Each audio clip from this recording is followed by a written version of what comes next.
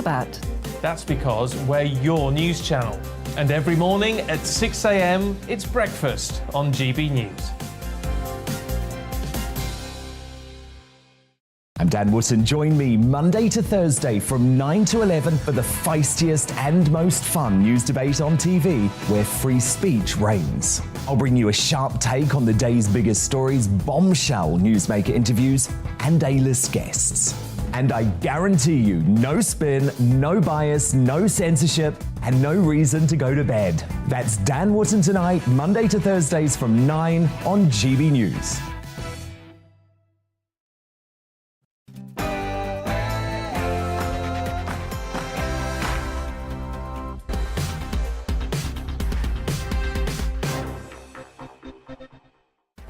Hello there, everybody. A very good afternoon to you. You are, of course, watching and listening to GB News. I am Patrick Christys. I'm sitting in for Colin today. But strap yourselves in, ladies and gentlemen, because this is a roller coaster of a show for you today, tackling everything from a big COVID cover-up to the UK's best curry. Well, talking of curry, here's what's on the menu. It looks like millions of us lockdown sceptics were actually right all along. Who'd have thunk it, hey? Tory leadership contender Rishi Sunak has now hit out at the government's response to COVID, suggesting scientific advisors were given too much authority, they engaged in scaremongering and even censored critics. Is the former Chancellor playing to a narrative that he thinks will win votes, or, like many of us, was he also silenced? I'm going to be getting stuck right into that one in my monologue shortly. Don't miss that.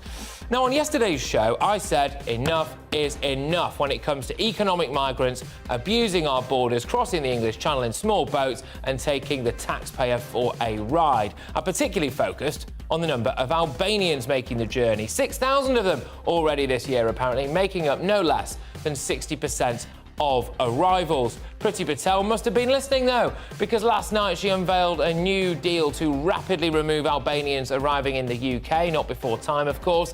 Maybe it can do a pit stop in Albania before finally taking off to Rwanda as well. Be interesting to see how those lefty lawyers get on in Albania, won't it? But more from our Home and Security editor, Mark White, coming that way very, very shortly. Also this hour, yet more evidence that wee Jimmy Cranky Nicola Sturgeon's life passion of a second Scottish independence referendum is nothing more than a pipe dream. That's right, figures from the actual Scottish government show that most Scots benefit from almost £2,000 more in public spending from government than the rest of the UK. With the cost of living crisis looming, that money is not to be sniffed at. Without UK finance, Scotland wouldn't even be able to afford bins for striking binmen, apparently too empty. Well, that's right, we've got rubbish lining the streets of Scotland, haven't we? A glimpse into the future for what independence looks like under Nicola Sturgeon. And as Hollywood superstar Ryan Reynolds, from one Hollywood superstar to a Hollywood superstar. That's right, Ryan Reynolds raves about British curry.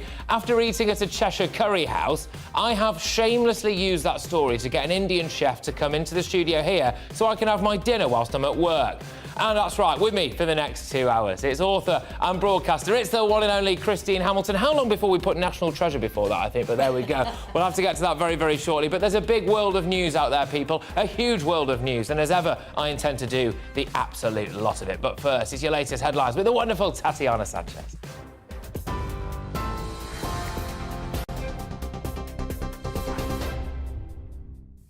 Thank you, Patrick. Good afternoon. It is 3 minutes past 4. I'm Tatiana Sanchez in the GB newsroom. Police say they will not rest until they find the gunman that killed 9-year-old Olivia Pratt-Corbell in Liverpool on Monday. In a press conference, Merseyside detectives also confirmed they've identified a second man involved in the fatal shooting. They say he was with the 35-year-old who was shot. The gunman remains at large despite pleas from officers for his surrender. Detective Chief Superintendent Mark Kameen says the force is working around the clock to find Olivia's killer. I asked for the man responsible for this brutal, callous, thoughtless attack to surrender himself to the police. Unfortunately, that individual has failed to do that. But my message to him remains the same. We will not rest until we find you, and we will find you. In that press conference, Merseyside police also confirmed the arrest of a man and a woman following another fatal shooting in Liverpool. Council worker Ashley Dale was found with gunshot wounds in her back garden in the Old Swan neighbourhood on Sunday. The GCSE pass rate this year has fallen since last summer, but does remain above pre-pandemic levels. The number of top grades is also down from last year, but higher than in 2019. Students across England, Wales and Northern Ireland are receiving their GCSE results today after sitting exams in person for the first time in 3 years. More than 100,000 Royal Mail workers will walk out tomorrow in a dispute over pay. The Communication Workers Union says its members want what they describe as a proper pay rise after they rejected a 2% offer. Customers are being advised to post items early as possible ahead of the walkout. More strikes are planned for later on this month. British Gas has announced it will donate 10% of its energy supply profits to help customers cope with soaring bills. Its parent company Centrica says some customers could expect grants of up to £750. It comes ahead of the next energy price cap set to be announced tomorrow. Some are forecasting a typical annual energy bill of up to £3,500. Will Hodgson, consumer champion at How to Save It, told GB News he expects the price cap to go up even more. The number of commercial vehicles produced in the UK increased by 44% last month. According to industry data, more than 8,000 were produced in July. These include vans, lorries and coaches. It's the highest figure since 2016 and represents 11 consecutive months of growth. Britain will offer technical expertise to Ukraine as part of a new support package to help the country rebuild its infrastructure. The Transport Secretary, Grant Shapps, says British experts will share technical knowledge in building airports, runways and the reconstruction of ports. Engineers from a number of the UK companies such as Rolls-Royce and Heathrow Airport will also help. The UK's last fertiliser plant is to halt production. The decision's led to concerns about the availability of carbon dioxide for the food and drink industry. CO2 is a byproduct of fertiliser production and is used for slaughtering animals and in the production of beer.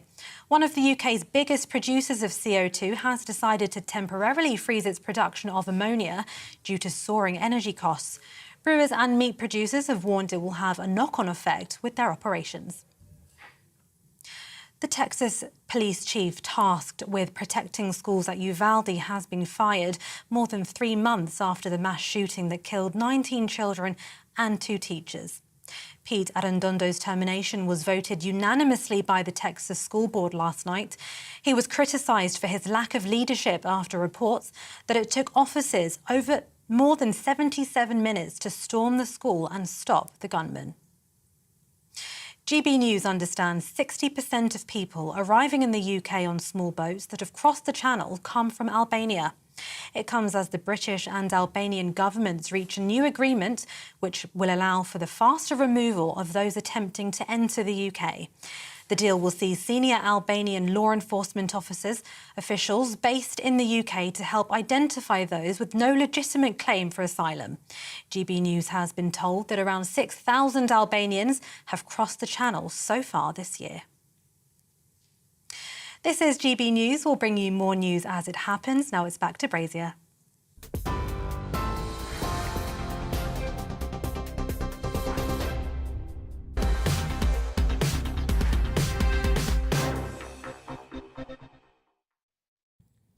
The response to the COVID pandemic will go down as one of the biggest national scandals in history.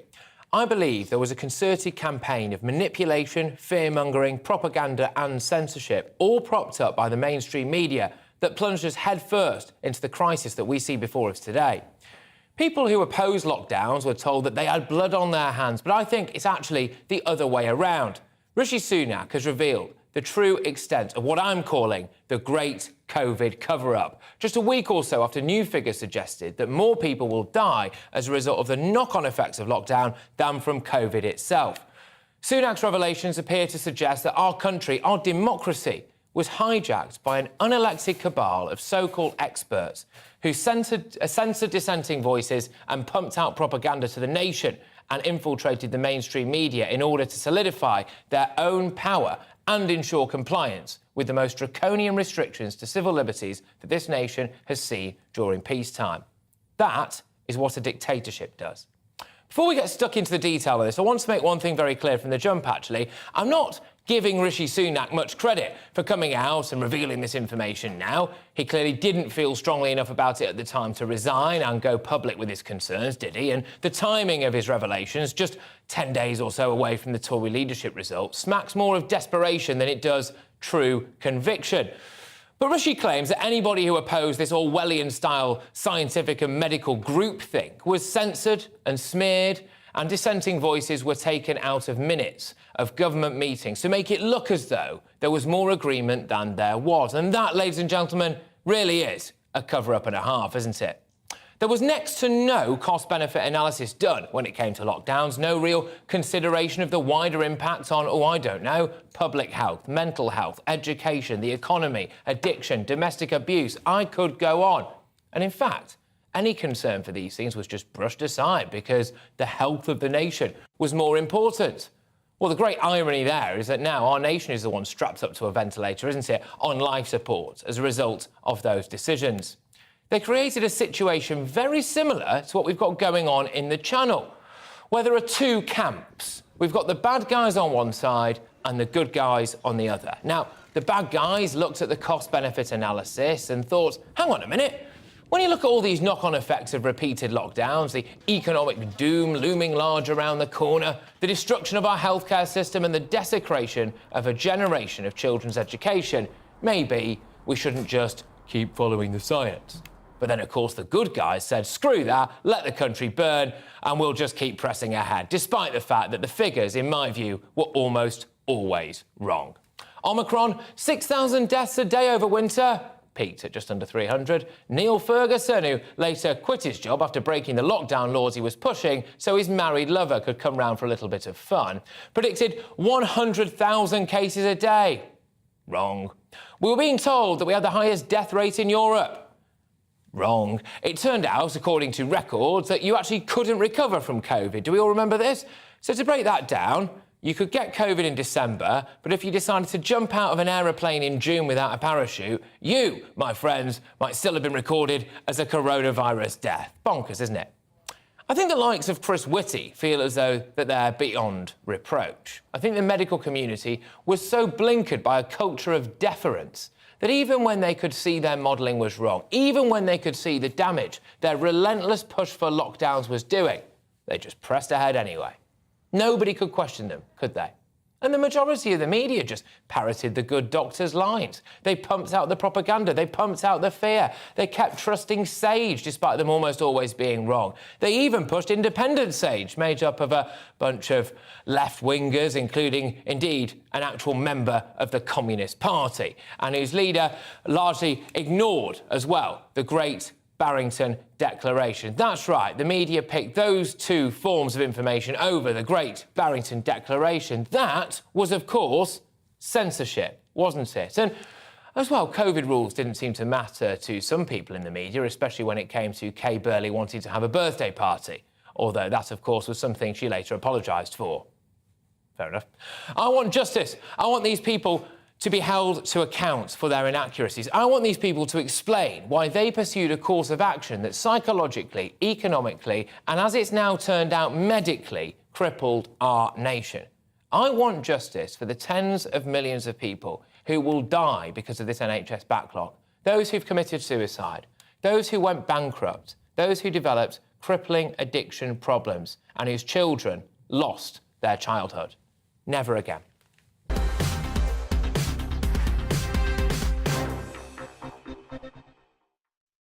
Yes, let me know your views on that. Interesting stuff coming through so far on the inbox. GBviews at gbnews.uk. Not a lot of praise for Rishi Sunak, and I'm inclined to agree with you as well. OK, all right, he's revealed some of these things now, hasn't he? But he didn't feel strongly enough about them at the time to actually fall on his sword. Why not? Well, I suppose it's probably because he was Chancellor and thought if he stuck around, he might have a chance of becoming Prime Minister. So there we go. Very shortly, I will be going, of course, to our esteemed guest today, Christine Hamilton, who's going to be joining me throughout the show. But before before I lob it over in that direction. Joining me now is Emeritus Professor of Bacteriology at the University of Aberdeen. You couldn't say that after a few pints. It's Professor Hugh Pennington. Thank you very, very much for joining us. Now, you supported the government's COVID restrictions. I imagine that you've heard what I've said there. Would you support them again if those decisions were reached in the right way?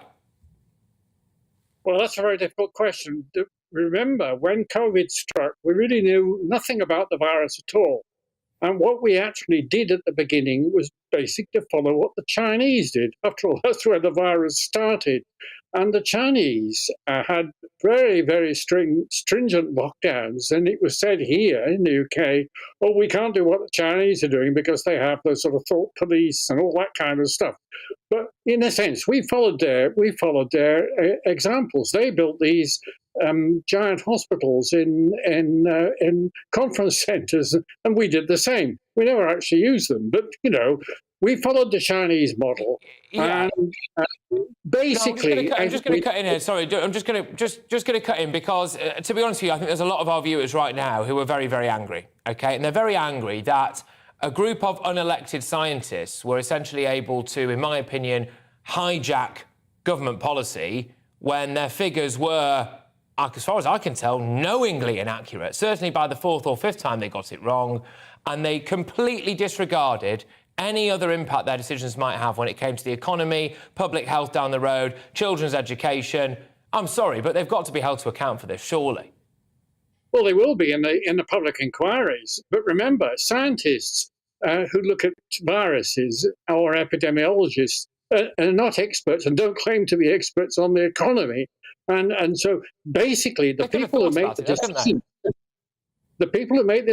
are the politicians. Scientists are on tap, they shouldn't be on top. That goes way, way back to the Second World War. People like but why US did they presidents. scaremongering them? This is the thing, OK? It's one thing saying scientists shouldn't be on top, and I agree with you. Ultimately, some of the blame, if not a considerable amount of the blame, does have to lie with the politicians who decided to follow the science. But then when you've got the likes of Chris Whitty pumping out figures, you've got him standing full square behind headlines like "Don't Kill Granny," you've got poster campaigns of people hooked up to ventilators, their figures are wrong. Chris Whitty never came on television and said, all right, guys, I might be wrong about this. He never came on television and apologised for the rampantly inaccurate predictions that led to the situation that we've got now. So actually, I think he quite enjoyed being on top, for want of a better phrase. Well, lots of grannies did die. I mean, one of the biggest scandals about the whole way that COVID was handled is we didn't do what Matt Hancock said and put a ring of steel around care homes. We didn't do that at all. And basically, lots of people, there was a 20% mortality in care homes of people. Okay, they wouldn't have survived for many years longer, but they were killed by the virus. And, they weren't people who jumped out of an airplane and had tested positive. Yes, the figures are inaccurate. Yes, there were things that basically we could have done differently. But on the other hand, it was the scientists who were predicting these things. Modelling, I've always had a bit of scepticism about. It tends to look as on the pessimistic side. And of course, if things had got even worse, well, then they would have been blamed for being too optimistic. So scientists have a very difficult worse. I'm sorry. Things could not have gone worse. Things could not have gone worse. We've got record levels of a backlog for our NHS. The amount of avoidable or excess deaths are through the roof. We've got children presenting themselves at primary schools who can't walk and talk. We've got a massive economic crisis looming, for goodness sake. Things could not have gone worse. I'm sorry, but they couldn't have done. But I'm afraid I'm going to have to leave it there. It's Hugh Pennington there, Professor of Bacteriology at the University of Aberdeen. Christine Hamilton joins me now. Thank you very much, Christine. You're going to be with me throughout the show.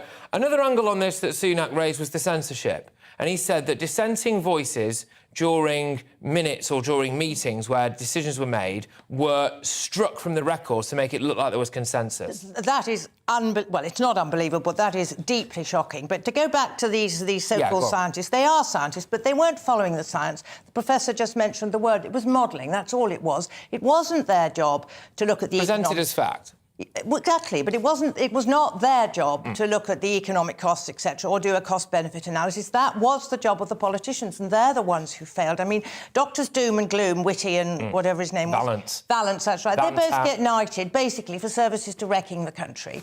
And you mentioned Professor Neil Ferguson. Professor Pantsdown. Professor Pantsdown, Professor of Guesswork. And I just want to make sure I don't do him a disservice. I've got the figures here. His predictions have been appalling, his record. He predicted that 150,000 people would die of foot and mouth. 200. He predicted that 50,000 people would die of BSE. 177. He predicted 150,000 would die of bird flu. And on it goes. And still, we took his figures. We took his advice. We took his advice. But I'm absolutely appalled by Rishi Sunak. I mean, if I had been thinking of backing him, I don't have a vote. I certainly wouldn't now. I mean, how could he sit there when he knew what was going on? He knew the minutes were being doctored. He knew that this was heading for economic disaster, and he just did nothing. Well, the only thing he did was just give out a load of money, wasn't it? Christine, we're going to be returning to this throughout the show. It's really our top topic today, ladies and gentlemen, at home as well. If you're listening on your radio, of course, if you're driving around now, you can still get in touch with us. Or if you're watching online, you can't move for GB News at the moment. GB Views at gbnews.uk. Get them coming in. Engage with us on social media. What do you make about these shocking revelations, essentially now that there was censorship and there was a little bit of a big COVID cover-up, I would say, actually, a very big COVID cover-up when it came to the theories behind lockdowns. But moving on from that, it's a topic I spoke passionately about on the show yesterday. And today we got the figures to back up my claims that Albanian migrants are indeed abusing the UK's borders. Last night, Priti Patel struck a deal with Albania, which will see Albanian police stationed at Dover to help identify and deport refugees. This is after it emerged that migrants from the country account for a massive 60% of arrivals in the UK on small boats. 6,000 Albanians have reportedly crossed the channel so far this year. Joining me now is one who knows all about this stuff to pick through the noise. It's GB News' very own home and security editor, Mark White. Mark, how are you? What's the latest, please?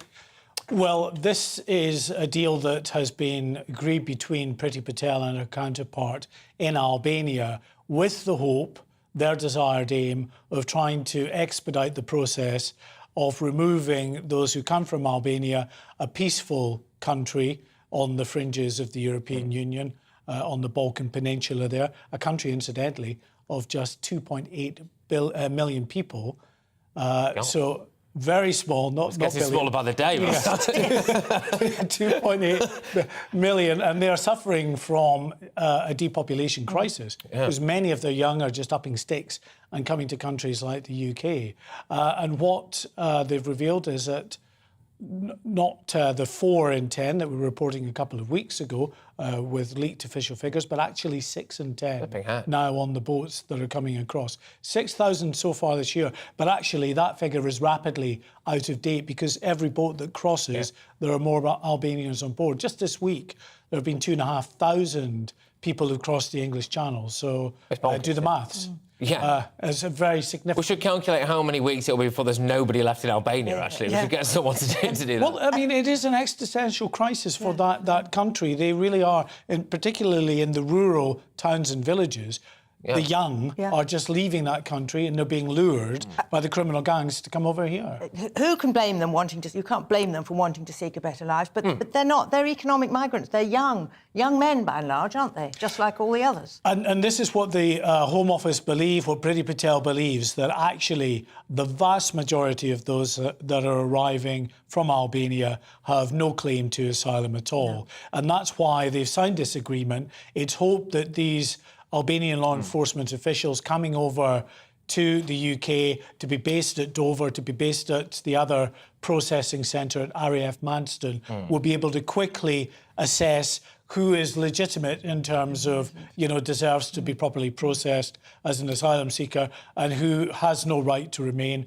And they are hopeful that perhaps within 2 to 3 weeks of someone arriving, they can be on a plane back out of the country. But these things are never straightforward. And we know that the immigration lawyers, the human rights lawyers, will be mounting challenges to all of these decisions as they're made. So it may be the expressed desire of the Home Secretary and her counterpart in Albania to get these people out of the country within 2 or 3 weeks of arriving. But whether that works in practice, I have my doubts. Yeah. Well, I must say the cooperation of the Albanians is in stark contrast to the absolute lack of cooperation with the French, of course, who were revelling in the fact that all these immigrants were arriving from their shores to ours. Lovely. Yeah, well, it's part our of me punishment for Brexit. Well, part of me does think as though, to be fair, I mean, if I was the French they're Coast not Guard, all French French. Royalists, I No, I probably would be understand waving them that. through myself, to be honest with you. But when it comes to how that's going to work in practice, you alluded to it there, we've seen things like the Rwanda flights being relentlessly grounded. I mean, it does appear, anyway, on the face of it, that as long as you have access to a mobile phone and the number for a lawyer, you can end up sticking around for quite a while. What's going to be different with the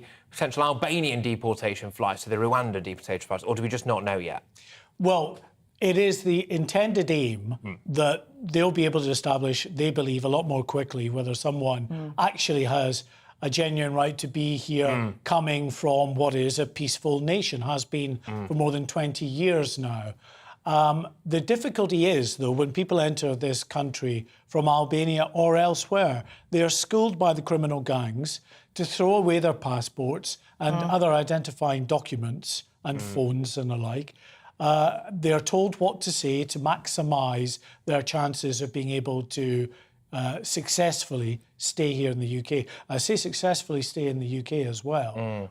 Of the people who've arrived on small boats since this crisis really began to manifest in 2018, only 15% of those people have actually had their asylum claims processed and either agreed that they can stay or rejected and returned. 85% of those who've come by small boat are still waiting all these years. Still waiting, languishing as well, and that takes you. Hold that thought, because we're going to have to take a quick break, but we'll be getting stuck into this throughout the show. Of course, Mark White, our Home and Security Editor, and you could just hear at the end, eager to get involved yet to go, as the wonderful Christine Hamilton will go back to you very, very shortly. You are, of course, with Patrick Christie's. I am sitting in for Colin today on GB News, on your TV, online, and on your digital radio. Here's what we've got coming up, so this is why you should stay with us. It's a blow to Nicola Sturgeon's calls for independence, as new figures reveal that Scots receive almost £2,000 more from the taxpayer than people in the rest of the UK. It'll be skint Scotland under Sturgeon, won't it? We'll discuss that next. We'll be back in a tick.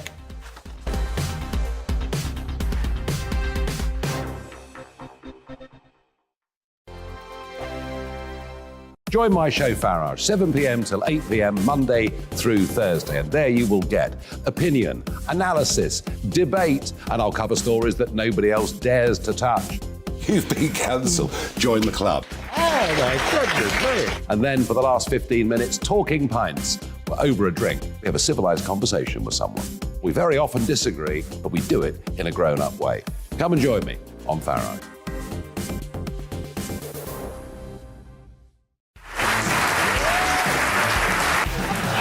My name is Andrew Doyle. Join me every Sunday evening at 7 p.m. for Free Speech Nation.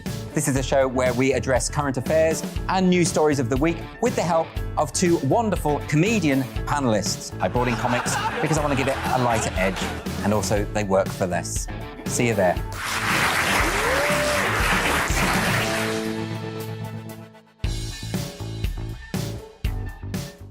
Hi there, it's Stephen and Anne. At breakfast from 6 a.m, you'll always be caught up with everything you need to know, the latest headlines, opinions and debates. We'll bring you the good news and the bad, but most of all, we're here for you. Remember, send in your views and let us know what you would like us to talk about. That's because we're your news channel.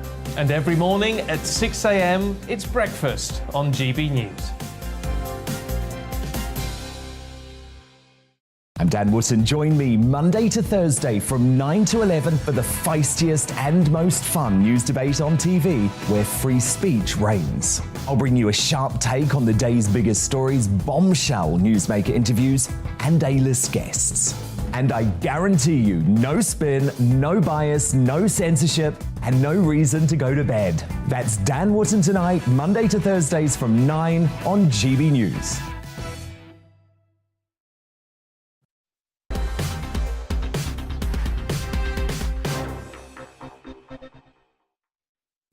Yeah, welcome back, everybody. Now, lots of you have been getting in touch with your thoughts on Rishi Sunak's criticism of the COVID lockdown response. Steve says, it's a bit rich for Sunak to raise a flag on the power of the SAGE committees now. It was simply stupid for the government to follow what the scientists said without any thought for the impact. Sunak and the rest should hang their heads in shame, and SAGE must never again be let loose in this way. You hit an interesting point there, Steve. Now, when I do these monologues that I do, which is what I've just done on that one, it's difficult because you can't fit everything in that you want to say in the time frame that we've got. And the insinuation there, Steve, is that ultimately Boris Johnson and the Conservative government, presumably just Boris Johnson, really allowed that to happen. Right? And because that's why they said, oh, we're following the science, we're following the science. So that was a decision that was made by government. So you can't kind of pin it all on SAGE. I can't pin it all on SAGE. There has to be some responsibility there for the people who allowed SAGE to have the kind of power that they had. But I agree with you, they shouldn't have been, and they should never behave like that again. Barbara says, I thought you would have realised that Rishi was outnumbered and doing his best to get us through. Boris would have got rid of him like he did with Cummings. Yeah, the thing is, though, is that true? But I appreciate your point. I think you might have emailed in yesterday, Barbara, as well, actually. I appreciate your point, but if he's a man of real conviction, he's saying things which he is saying. I'm furious. I was furious at this. Kids not going to school, they're the future of our country. He could have resigned and come out and done a speech on it. And actually, that might have galvanised a lot of people who were there, who were sceptical about the lockdowns, who were being shouted down by people. You don't care about life. You don't care if old people die. And actually, a lot of people were saying, hang on a minute, what about the economy? Right? Rishi Sunak could have changed the course there, as Christy Hamilton, who's going to be back on air very shortly, is muttering away to my right there. So we'll be going to that throughout the show. Let us know what you think. Keep those views coming in. Lovely to have a range of views. GBviews at gbnews.uk. But put your big woolly coats on because we're going north of the border, people. Nicola Sturgeon. Now, she spends every living hour trying to convince Scotland that they should be an independent country. And there we go. She got a stark wake-up call, in my view, today, because figures from none other than the Scottish Government itself shows that people in Scotland benefit from an average of £2,000 more in public spending than the rest of the UK, with the gap surging from the previous year's £1,530 figure. That's right. So almost 2k more on public spending in Scotland, that's per year, of course, per person, than the rest of the UK. That's despite the tax being generated by people living in Scotland being just over £200 lower than the UK average per person. So basically, we're propping up the Scots. So Nicola Sturgeon might need to take a look at the finances if she feels her country should go it alone without funding from the UK government. Does this figure show now that independence is just nothing more than a bagpipe dream? Brian Monteith is a columnist at The Scotsman and a former MSP as well. He's joining me this afternoon. There he is. Brian, thank you very, very much. Yeah, interesting stuff, this north of the border. Do you think the Scots realise how skint they'll be without us? Well, it's not quite as simple as that. It's not without us. I know, I'm oversimplifying. Carry on. Effectively, and this has to be understood, London is the capital of the UK. And of course, many successful Scots go and make millions in London and the southeast and the east. What we have is a regional disparity where London, the southeast and the east support the rest of the UK. But what these figures do tell us is, for a starting point, were there to be independence tomorrow, then that starting point would mean that Nicola Sturgeon would have to find over £2,000 per person per year to keep the standard of living and the public services at the same level. That clearly is unsustainable. And what it shows is the degree to which London and the donut around it carries the rest of the UK. And that is, of course, why the whole idea of levelling up has come about. Yeah, part of me is a bit conflicted about Scottish independence. I voted for Brexit. I believe in the right to self-determination and national sovereignty as well. But at the same time, I don't want to see Scotland leave. I just think it would be a massive shame for the UK personally. And I also can't help but wonder, Brian, if they're being led out on a bit of a myth. Nicola Sturgeon can whip up a lot of ultra-nationalist support north of the border there for this kind of myth of independence and what that might look like. But when you drill down into her record as a leader there. When you look at things like the healthcare system, the education system, and actually, frankly, the Scottish economy, really, which are pretty major things, right? You could argue the spine of a country. She's not got a particularly good record on any of those things, has she? Well, if the idea is that you throw more money at something, it will make it work better, is to be proven to destruction, then it has been proven to destruction in Scotland. Spending more money has not brought better results. The drug deaths are the worst in Europe per person. Scotland is well behind in many of the benchmarks, the measurements of social and public services. And what we can see is that the whole idea of championing the idea of independence, calling for another referendum, is in fact a distraction from Nicola Sturgeon's record. That's part of the reason why she goes on about it. Yeah, I can't ever feel like it's a smokescreen, Brian, because as well, you know, the fact is, as far as I'm concerned anyway, I think it'll be a matter of seconds before Scotland is applying to join the European Union. Talk about direct democracy there, moving from Westminster to Brussels, which last time I checked was much further away. But Brian, thank you very much. Brian Monty, the columnist there at The Scotsman, former MSP as well.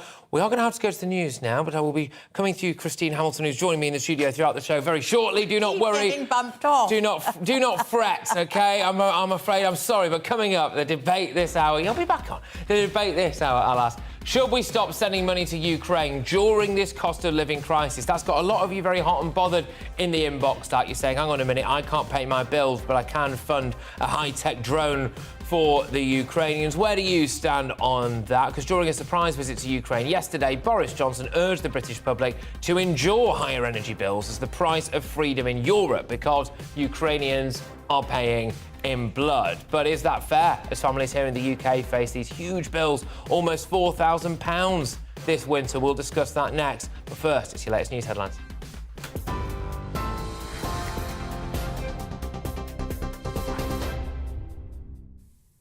Thank you, Patrick. It's 4:35. I'm Tatiana Sanchez in the GB newsroom. Police have said they will not rest until they find the gunman that killed 9-year-old Olivia Pratt-Corbell in Liverpool on Monday. Merseyside detectives have also confirmed they've identified a second man involved in the shooting. They say he was with the 35-year-old suspected target. The gunman remains at large despite pleas from officers for his surrender. Detective Chief Superintendent Mark Cameen says the force is working around the clock to find Olivia's killer. I asked for the man responsible for this brutal, callous, thoughtless attack to surrender himself to the police. Unfortunately, that individual has failed to do that. But my message to him remains the same.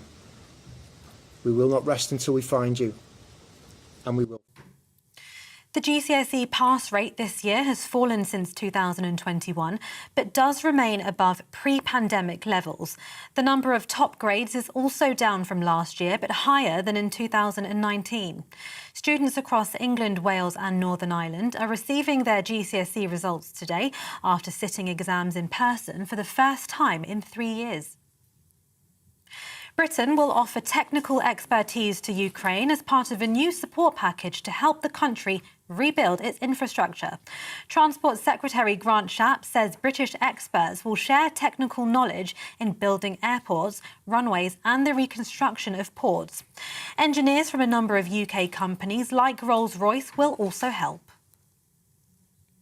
TV, online and DAB+ radio, this is GB News. Now it's back to Brazier.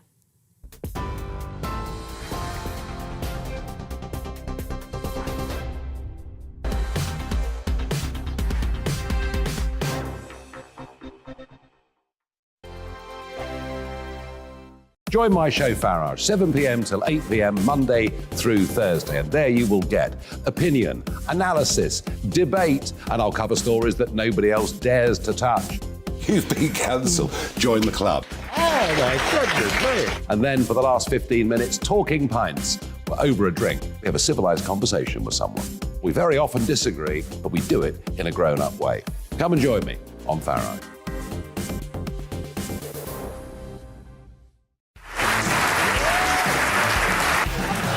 My name is Andrew Doyle. Join me every Sunday evening at 7 p.m. for Free Speech Nation. This is a show where we address current affairs and news stories of the week with the help of two wonderful comedian panellists. I brought in comics because I want to give it a lighter edge, and also they work for less. See you there.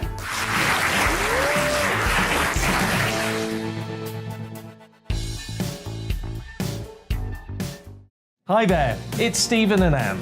At breakfast from 6 a.m, you'll always be caught up with everything you need to know, the latest headlines, opinions and debates. We'll bring you the good news and the bad, but most of all, we're here for you. Remember, send in your views and let us know what you would like us to talk about. That's because we're your news channel. And every morning at 6 a.m, it's breakfast on GB News. I'm Dan Wootton. Join me Monday to Thursday from 9 to 11 for the feistiest and most fun news debate on TV, where free speech reigns. I'll bring you a sharp take on the day's biggest stories, bombshell newsmaker interviews, and A-list guests.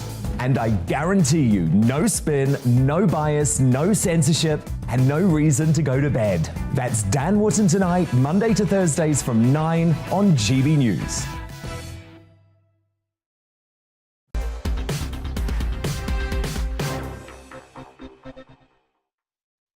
Exciting times here in the studio, ladies and gentlemen, because we're about to do a segment on curry, and although you can't see it yet, just over there I can see that the curry has arrived, and so I'm going to get stuck into that in just a few moments' time. But before that, it's time to tackle something rather more serious, and it's our debate this hour. During a surprise visit to Ukraine yesterday, Boris Johnson urged the British public to endure higher energy bills as the price of freedom in Europe because, quote, Ukrainians are paying in blood.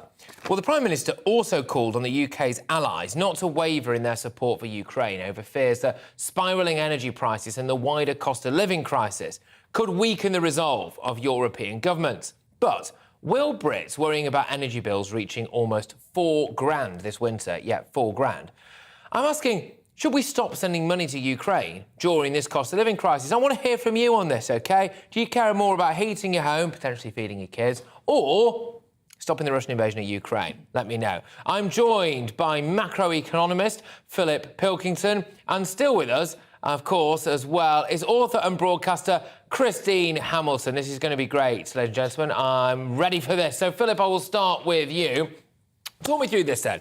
Do you think that it's right that we should continue to pump money in the form of weapons and presumably a bit of aid as well to Ukraine whilst people are struggling to heat their homes? Thanks, Patrick, for having me. I think I don't think the numbers really add up. I mean, as you alluded to, the energy bills are going to be extremely high. They're rising from about £80 per month from the average house to about £480 next year, which I don't think is affordable for the average household. If the government wants to step in and subsidise that, it will cost anywhere from £83 billion this year to £111 billion next year. And I think those are just budget-busting numbers. OK, Christine, I suppose, is there an argument that if we don't stop Putin now or do what we can to stop Putin now, then Moldova might be next and goodness knows what will be left of Europe by the end of it? So take the hit now, people, so that basically we've still got a country. I certainly do. I think we have a moral obligation to go on supporting Ukraine. We did it during the last war, and we have to do it. Of course, it's to be a horrendous cost, and it's the government's responsibility to make sure that those at the bottom of the economic heap do not disproportionately bear this cost. But these energy bills, etc., it is not entirely of Ukraine, Russia's making in Ukraine. It is, don't forget, we were discussing it earlier, it's COVID. I mean, they were the ones who plunged us into this ridiculous furlough situation when we spent so much money utterly unnecessary. So, yes, I think we have an absolute moral obligation, and the British people are renowned the world over for being generous-spirited, and they dip into their wallets. We are one of the most generous nations when it comes to giving our own money, not through taxes, but our own money to charities. And I think the British people would not want us to renege on what I regard as our absolute responsibility to go on supporting Ukraine. They, I think, as Boris said, they are paying with their blood. And what is going on in Ukraine is so appalling that we have an absolute 100% duty to go on supporting them.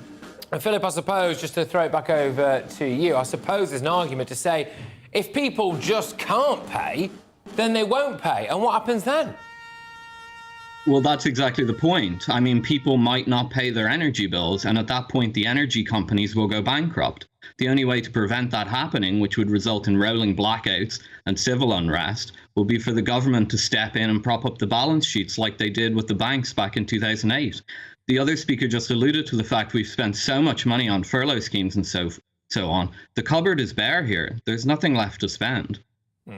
Christine, do you think that Putin's actually maybe planned a bit for this? You saw what's happened with our response to the coronavirus crisis. He's seen the impending economic doom. He saw we were vulnerable and that he thought the will of the British people and indeed maybe the will of the Europeans would snap at some point, presumably as winter approaches and they're shivering to death in their own homes. I'm sure there was an element of that in his calculation. It's exactly what the Nazis thought, wasn't it, in the Second World War, that the will of the British people was not strong enough. It's up to us to show that they are. I mean, there are more things that we can do. For example, why are we allowing Russian tourists, rich, relatively rich, Russian tourists to come to the EU? Why don't we stop all their visas, stop allowing them to visit? Why should they be free to roam the treasures of Europe? Why don't we stop all that? You might start getting a bit more pressure from ordinary Russian people. At the moment, I mean, we know that they don't get proper news, so most of them have no idea what's going on. They have no idea what the government is doing on their behalf. There is a collective responsibility from the Russian people, and a lot of them don't even know that. They do not know what's going on. So I think we've got to start twisting every single piece of rope that we can. I mean, for example, Russian aeroplanes are not allowed to fly in European airspace. So what are the rich Russians doing? They're all driving to Finland. The Finland airport car park is stuffed with Porsches, etc., with Russian number plates. All that should be absolutely stopped. I mean, we should not be allowing it. Well, they've had years to get their backsides in gear when it comes to that. I mean, Cyprus is like Russia's playground these days. Precisely. But both of you, thank you very, very much. Philip, great to have you on. We'll have you on again because this is not an issue that's going away anytime soon. Philip Pilkington there, of course, a macro economist, which is a fantastic job title, I think. And Christine Hamilton as well, broadcaster, author, friend of the show, indeed, so friendly that she's going to be here throughout it. Just very quickly, Christine, what words, no, it's family show, what words come to mind when I say Gary Lineker to you? Family show, family show, family show. Pratt will do. That'll do. Go for Pratt. Good stuff. Gary Lineker has been called out by a BBC colleague over a political tweet. Lineker tweeted, "As a politician, how could you ever, under any circumstances, bring yourself to vote for pumping sewage into our seas? Unfathomable." BBC journalist Neil Henderson suggested that the tweet broke impartiality rules. You know Neil Henderson, he's the guy who does tomorrow's papers today. He's that guy. Anyway, the BBC lives or dies by its impartiality, he said. If you can't abide it, get off it. So I'm asking, should he be allowed to give his views online? Joining me is former BBC correspondent Martin Bell. Martin, thank you very, very much. Are we ever going to get an end to Gary Lineker lecturing us from his multi-million-pound house? I was going to have a go at the colour of his rather nice town, although, to be fair, I've just been away, so it'll be a little bit hypocritical of me at the moment. But he does like to go on a bit, doesn't he? Should he just shut up and go away? I think he's probably the premier football commentator practising that trade. He knows his business, and he's worth listening to on football. He doesn't broadcast his other opinions. If he wants to have them, I think he should be free to have them. If he worked for news or current affairs, I think it would be different. It doesn't bother me. I think he's a little bit of a national treasure, if I may say so, like Christine Hamilton. Oh, well, there you go, fantastic. But can I just ask you now, I mean, look, there are impartiality rules at the BBC, and we've seen loads of things recently. Emily Maitlis quite recently came out and appeared to suggest that the BBC had been kind of infiltrated by the Conservative Party, which I find amazing when you look at some of their outputs. I'm not quite sure what version of the Conservative Party that is. The left-wing bias at the BBC, in my opinion, is clear for all to see. And then you've got the likes of Gary Lineker going on Twitter. I mean, he might as well just... In fact, he probably has at some point draped himself in the EU flag, really. But should he be allowed to do this stuff? Patrick, you work for an opinion channel. And yes, now you're lecturing us on having opinions. I never expressed an opinion in 34 years of reporting mostly wars. In news, the rules are very tight, and I'll never tire of saying this. I don't expect you to agree with me, but we're lucky to have the BBC, and it is admired throughout the world, except, of course, within the walls of GBNews. No, I think the BBC is an interesting institution. I think it does a lot of good, don't get me wrong, but there are rules, and is Gary Lineker breaking those rules? he's not using BBC broadcasts to deliver his political ideas. I think that's twittering and tweeting. The rules are very tight. I followed them. They should be tight because if you lose your reputation for impartiality, then you've lost the trust of the viewers, not just at home, but all over the world. I think he does a brilliant job commenting on the football, and I'm very happy for him to go on doing it. And if he wants to express his opinions in other fora, well, let him do so, but not on the wavelengths of the BBC. Just very lastly, do you think the BBC has a problem with left-wing bias? No, I do not, and it never has.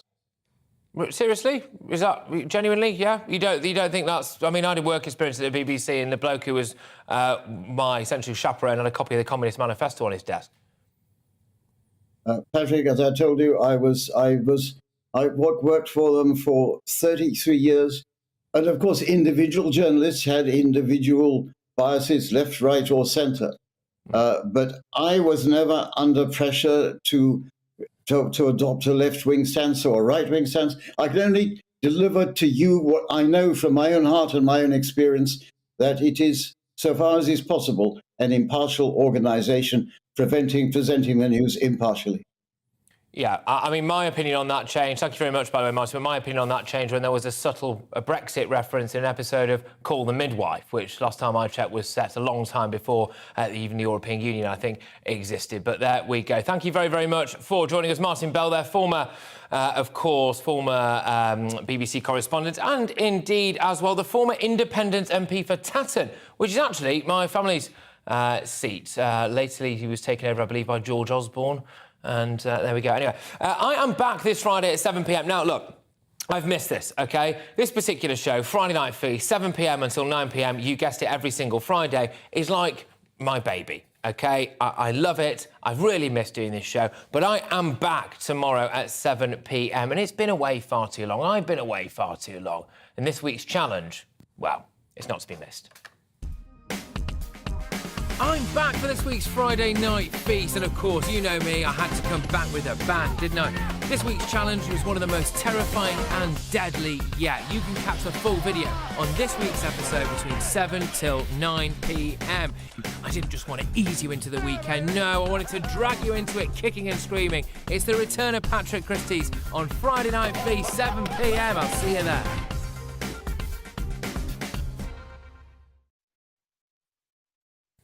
Yes, well, there we go. Well, from one feast to another, ladies and gentlemen, because I'm afraid, that's right, it's curry time. Now, Hollywood actor Ryan Reynolds has declared that the UK is rather special when it comes to making a fantastic curry. In fact, I do believe that a curry was our national dish for a while, but he's been raving about British curry after visiting a curry house in a town in Cheshire, again, near my neck of the woods. Quite a strong Cheshire theme running through this show, but calling his meal the best Indian food in Europe. So the co-owner now of Wrexham Football Club had earlier watched his team beat Maidstone United 5-0. That'll be a game for the ages, won't it? Wrexham v Maidstone. But anyway, there we go.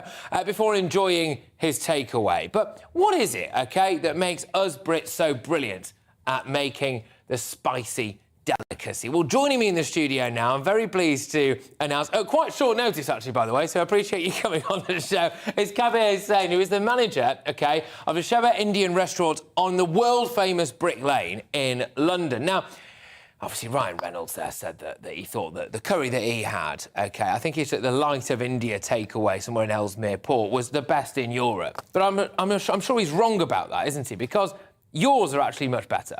I'm pretty sure our food is very popular in Brick Lane, in the whole of London, as we know. Have you won any awards or anything? Are you doing all right? We have won 3 Indian MasterChef awards, 3 years in a running. So that speaks for itself. Well, you see, the thing is, I saw this through everyone who's... So if you're listening on radio, basically there's loads of curry in front of me. But if you are watching on your telly, talk us through what some of these dishes are that we've got here, then. I'll try and whiz our viewers through them. Go on, what have we got here? Yeah, we've got Lahori ghost, which is lamb cooked in some medium to hot dish. Medium to hot, OK, that'll be very hot for me. We've got jakuti chicken, which is a creamy flavoured dish. And we have machar tenga, which is a much minced fish. It is a tangy type of flavour cooked with tomatoes. Butter chicken, that's got my name all over it, I'm afraid. That's the favourite of us Brits. Yeah. So, and we have Nawabi shank. Can I ask? Well, firstly, Christine Hamilton is with you now. Are you a curry woman? No, not a massive curry woman. What is Nawabi shank? Nawabi shank is lamb. Sounds interesting. It's lamb Sounds shank. like a weapon. It's lamb shanked cooked with minced meat. And it's like Sounds this. good. What have we got in here? Can I ask you just a little bit of question? Because before we get stuck into these, I'm going to start plating some of this stuff up, actually. But can I ask you a question? Secretly, right? Sure. Do you at the restaurant, do you laugh at people like me a little bit when we order a butter chicken? Of course they do. Because I promise you, right, I'm so sorry about this. I really wish I could handle spicy food, but someone puts a sweet chilli crisp in my mouth and I burst out in sweat. You know, I'll tell you what it is. A lot of the Indian restaurants, they cater for, like... Christine's a little whiff. Sorry, I just took a whiff. Carry on. Like, most of the curries are basically catered for, like, English people, if you know what I mean. I know what you mean. What we eat at home, they can't handle it. Right. But saying that, now in our restaurant we basically infused everything home cooked, like traditional Indian, Pakistani Indian. We mixed everything together and we created our own spices that the people of Britain could handle, and they could appreciate what we eat at home as well. So basically what you got here is we, as a family, I could bring my family and eat this in the restaurant as well. That's fantastic. So, look, let's just get stuck into a couple of these things. We've got you've got your pickle trays there. That's fantastic. This is great. I mean, pickle tray. Shamelessly. These are, there's some poppadoms here. Oh, now you're talking. Yeah, now. Okay. These chutneys are basically meant for the poppadoms. So, right, so what I'm about to eat now, this is, remind me what this is again. This is the, which one you got? It's the ghost. That's the Lahori ghost. Now, this one's got a big green chilli on it. Shall I just eat it? Yeah, oh, done it. Oh, my God. It's quite hot. Yeah, it's quite hot. Get the fire extinguisher. I tell you what, it's very nice, sir. Very tender lamb. It's absolutely lovely. You could feel the flavours. You could taste. I can feel the flavour. The flavour takes the edge off the fire in my mouth. Yeah, the fire. Yeah, which is actually quite nice stuff. Yeah. No, really good, really good.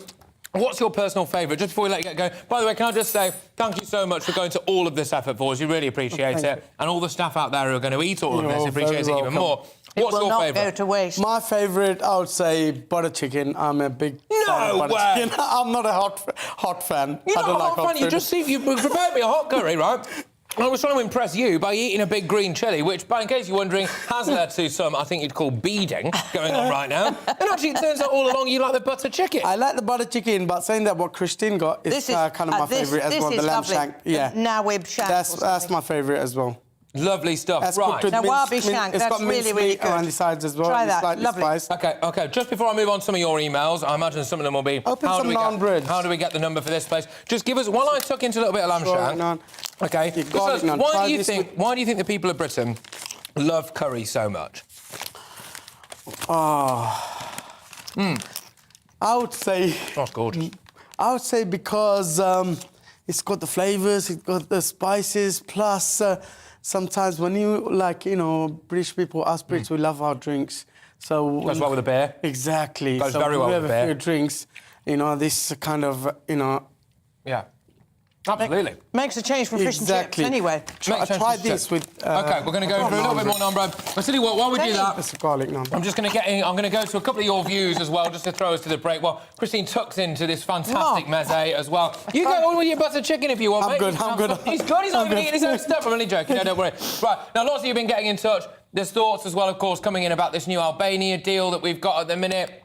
How about extending the Albania deal? This is from Stephen, who's been in touch to say that. So the Albanian police can get to identify some people who have already arrived here. Kate as well. Why don't we have a massive advertising campaign in Albania and other countries as well? Basically saying to them that the streets of the UK are not paved with gold. Loads of stuff. We're going to be getting stuck into your harder news when we come back very, very shortly. Can I just say thank you so much for bringing us this assortment of wonderful, wonderful dishes. If you're watching now, I think I know which takeaway you're ordering this evening. Name of your restaurant again? It's the Sheba Indian Restaurant in Brick Lane. In Brick Lane, there we go. You are, of course, with Patrick Christie's, who's getting progressively fatter after losing a bit of weight being away. I'm in for Colin on GB News, on TV, online and radio. That chilli's kicked in now. Lots more to come. I'll be back in a tick. Woo!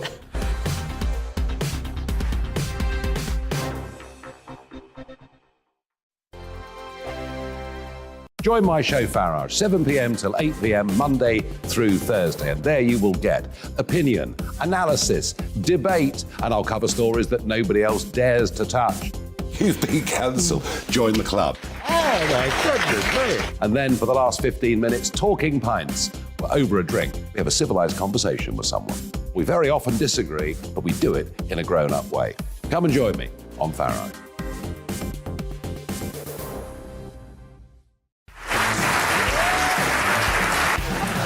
My name is Andrew Doyle. Join me every Sunday evening at 7 p.m. for Free Speech Nation. This is a show where we address current affairs and news stories of the week with the help of two wonderful comedian panellists. I brought in comics because I want to give it a lighter edge, and also they work for less. See you there.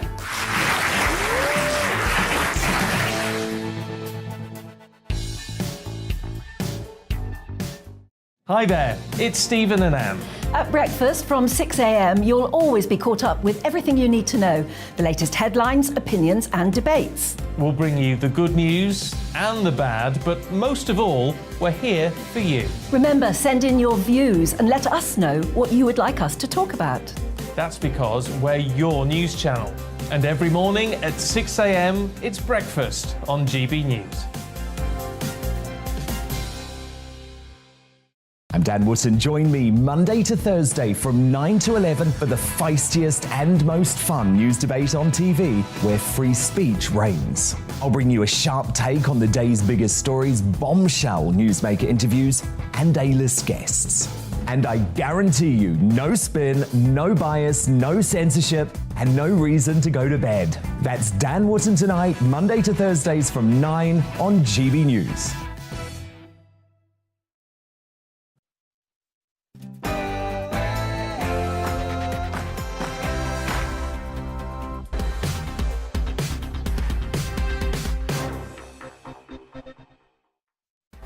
Yes, hello there. Welcome back to Brazier, of course, with me, Patrick Christys. And if you are just joining us, you've missed the massive amounts of curry. I think I've set a world record for the amount of curry I can eat in a 1 minute 20 break. But coming up live at 5, could the government have been keeping people fighting against coronavirus restrictions tight-lipped? That's right. Did we have some censorship there when it came to lockdown dissent? The Tory leadership contender Rishi Sunak believes so, after suggesting that scientific advisors were given far too much authority and advertising campaigns were scaring people.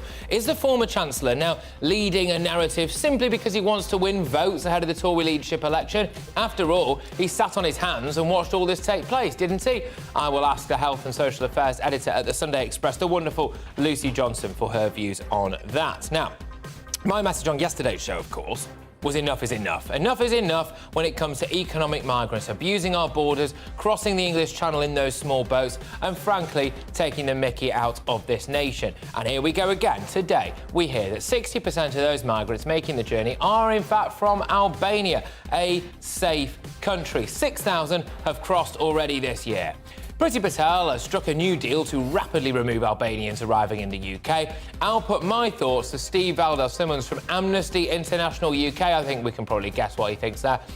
As this crisis deepens, and the latest in this manhunt for a man who shot a 9-year-old girl in Liverpool, as police vow, we will not rest until we find you. Officers calling on people to come forward with information as they search for this suspect. Well, it got me thinking, OK, look, this is an absolutely horrific crime, of course it is. They have actually got a man in custody who they believe were essentially, well, he was one of the people who was the intended target, right, of this. And presumably, he knows who the perpetrators were. He, as far as we're aware, is keeping stum. He's keeping his mouth shut at the minute. So I thought, what are the kind of codes, really, of gangsters in this country? A 9-year-old girl has been shot to death in her own home, for goodness sake, but a former drug dealer and gang member will actually join me to tell me about why people are reluctant to go to the police. What is it about this no grass culture attitude? Anyway, also this hour in the debate, I'll ask, is Scottish independence just a pipe dream?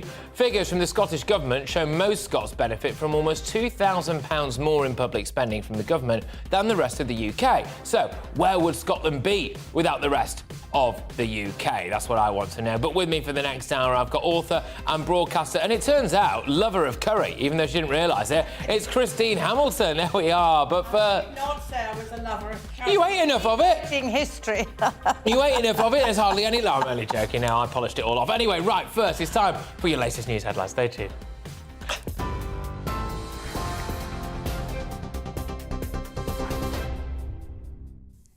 Good afternoon, it's 3 minutes past 5. I'm Tatiana Sanchez in the GB newsroom. Police say they will not rest until they find the gunman that killed 9-year-old Olivia Pratt-Corbell in Liverpool on Monday. In a press conference, Merseyside detectives also confirmed they've identified a second man involved in the fatal shooting. They say he was with the 35-year-old who was shot. The gunman remains at large despite pleas from officers for his surrender.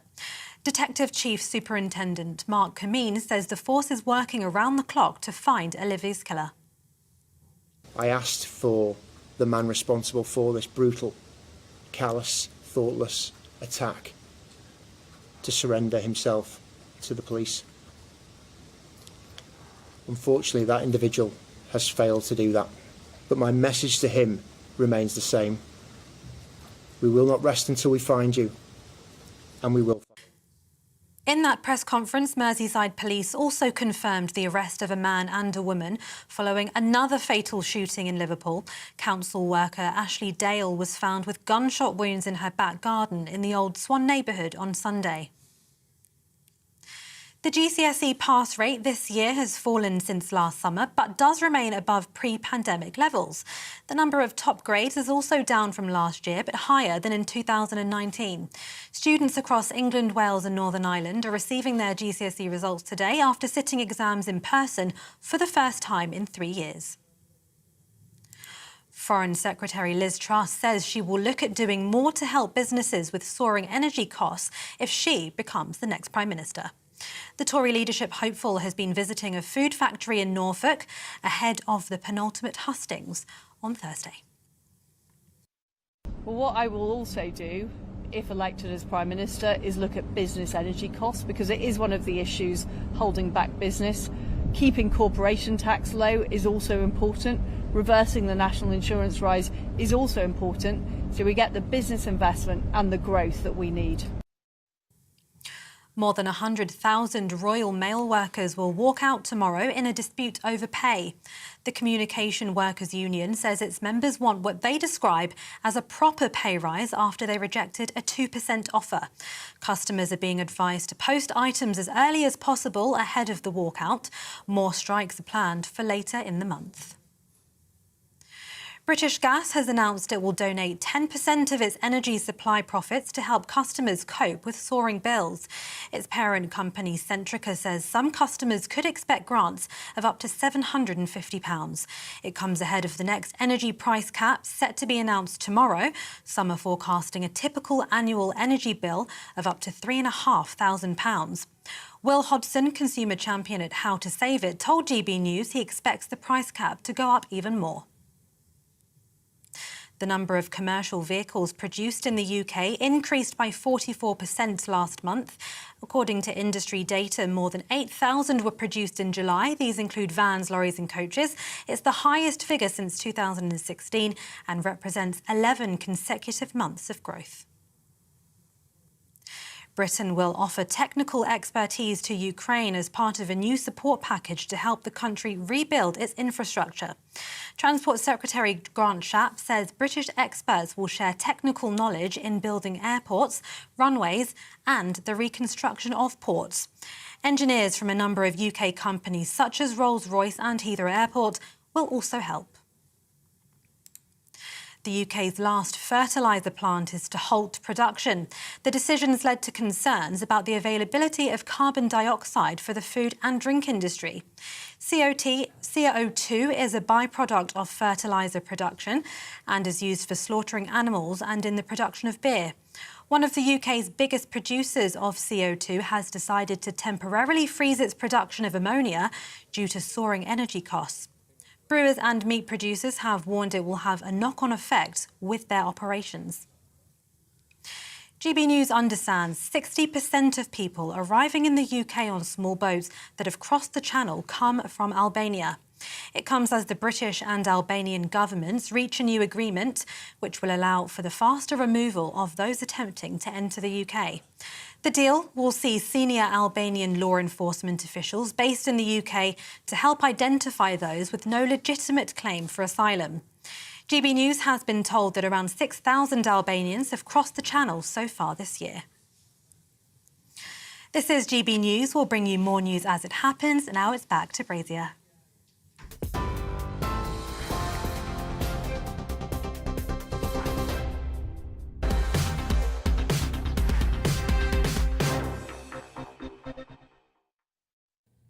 Yes, welcome back, everybody. Now, I think that some NHS bosses care more about woke politics than they do about saving lives. Just 2 weeks ago, it was announced that a record 6.7 million people are now on an NHS waiting list. In fact, this is expected to rise to around 10 million people by 2024. That's roughly 1 in 7 people. Another unwanted record emerged as well.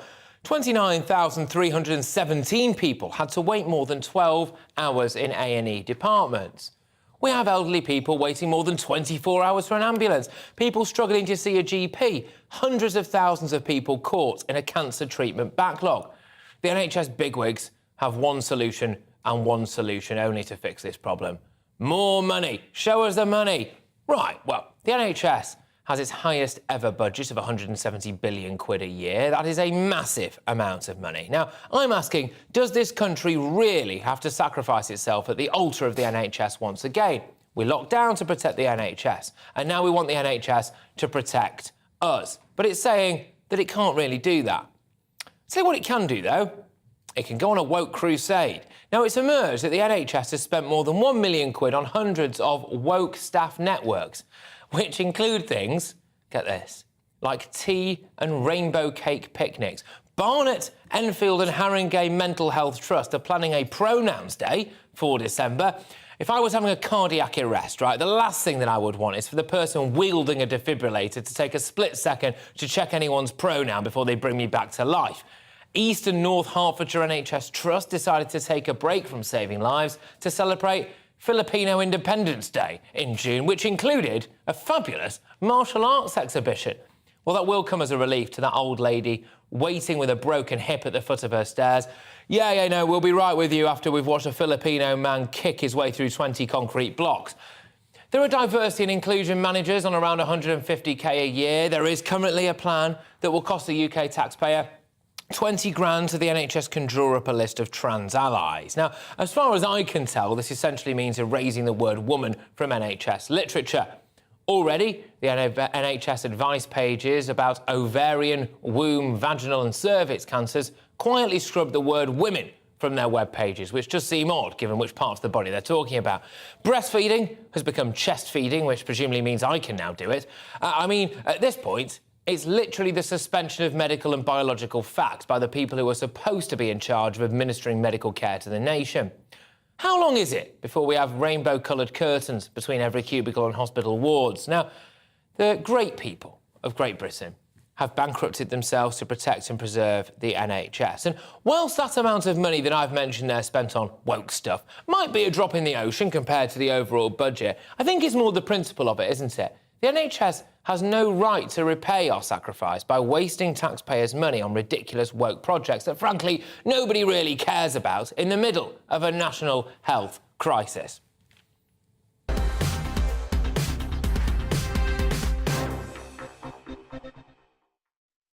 Yes, those are my views. Of course, GBviews at gbnews.uk. Get them coming in. We're also, of course, taking loads of views on the Rishi Sunak announcement, revelation, I suppose you could call it, that it may seem like we were taken over by the scientists or allowed to be taken over by the scientists, and that people who opposed lockdown in positions of power were censored and silenced. And indeed, I suppose that trickles down to you and I. GBviews at gbnews.uk. We're talking about Scottish independence as well. We've got all that coming your way. I am joined, of course, by author and broadcaster Christine Hamilton.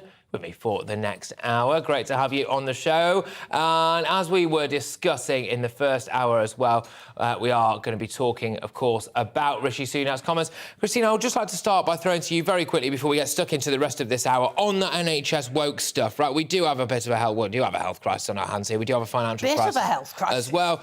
How do you feel about what I've just spoken about there in terms of the fact that they're splashing the cash on woke stuff? Well, I mean, you're right. It may be a drop in the ocean, but that's not the point. It shows the mindset. And the mindset, that sort of mindset is utterly wrong. It's ridiculous. It is a waste of money, however small it is. That's one of the problems with the NHS. There is no accounting for a whole lot of them, how the money is spent. If we had proper accounting in the NHS, we might not waste so much money, but that sort of thing is just ridiculous. Of course, you've got to keep morale up, but there's a limit. 150,000 on what, did you say? Somebody was getting an annual 150,000 as a diversity and inclusivity. Diversity and I mean, honestly, words fail me.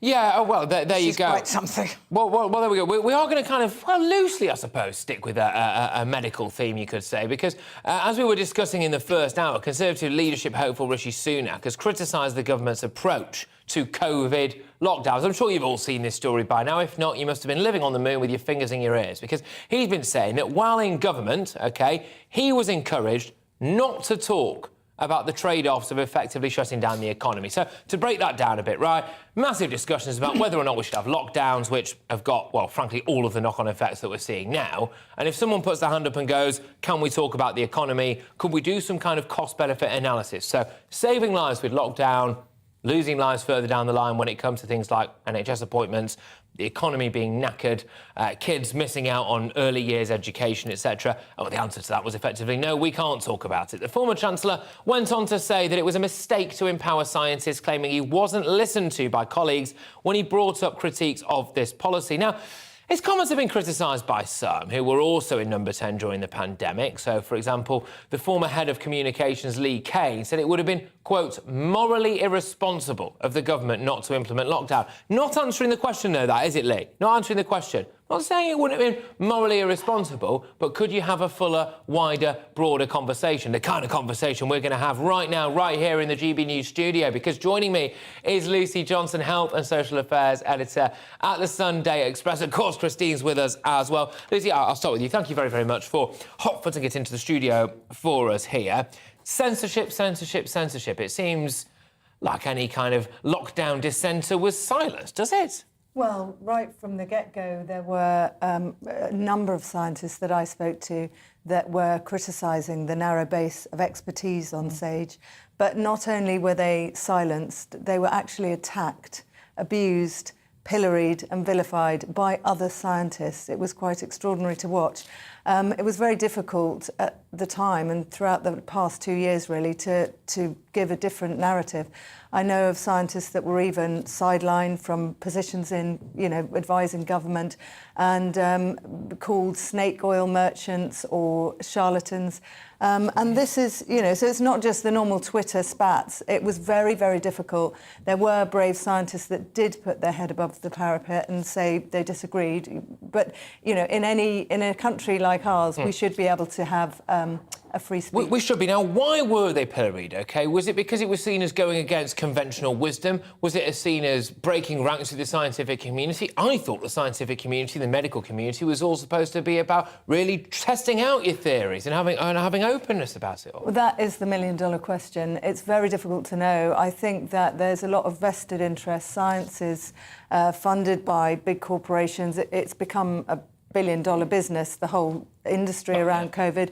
I think the government wanted to follow a simple narrative, and they were given models that would suggest that doing anything different might have caused a lot of deaths. 500,000 was the first estimate, and we know now that those models were way out. So they were taken as read. And well, we knew quite, because we had a almost rolling series of lockdowns that at one point looked like it might continue even further, where we knew after the first lockdown that the figures could be a little bit skew-if. Then there was the Christmas Omicron time as well. They were a bit skew-if then. Christine, I could see you were itching to get involved there. That million-dollar question, OK, which is, why do you think that the people who, I suppose, spoke out, didn't pull the line, as it were, toe the line on COVID and the impacts of it and lockdown specifically? Why were they pilloried?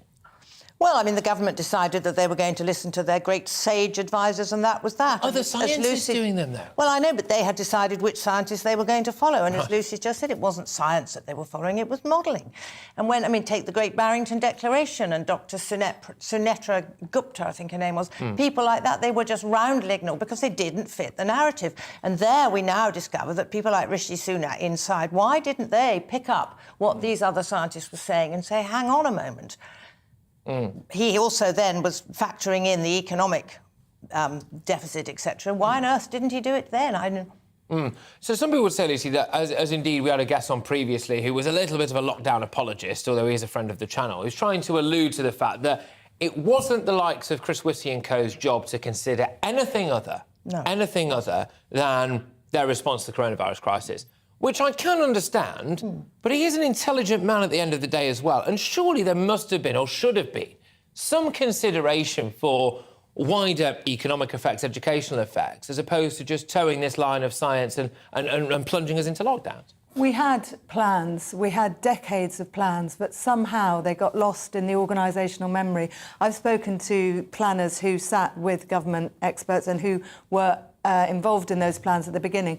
The lockdown should have been run as a cabinet office response. It should have had educationalists, it should have had psychologists, it should have had economic experts. Absolutely. It should have had a range of experts, but for some reason we panicked. And I think we saw those models and we just let the whole thing become run by the doctors, by the biomedical community, which, you know, whose main focus is to save lives from COVID, or was to save lives from COVID. And it's a brilliant point, that, and it ties me on to exactly what I'm about to ask you now, Christine, because you said we allowed ourselves to be run by the medical community or some doctors. By a small group. By a small group. By a small group. Now, that's what's... This is where I look at it now. We live in a democracy, right? And these people were unelected. Now, I do think that Boris Johnson... I don't like bashing Boris at all. I didn't like bashing Boris at the time, but he has to face some responsibility for allowing a situation to be...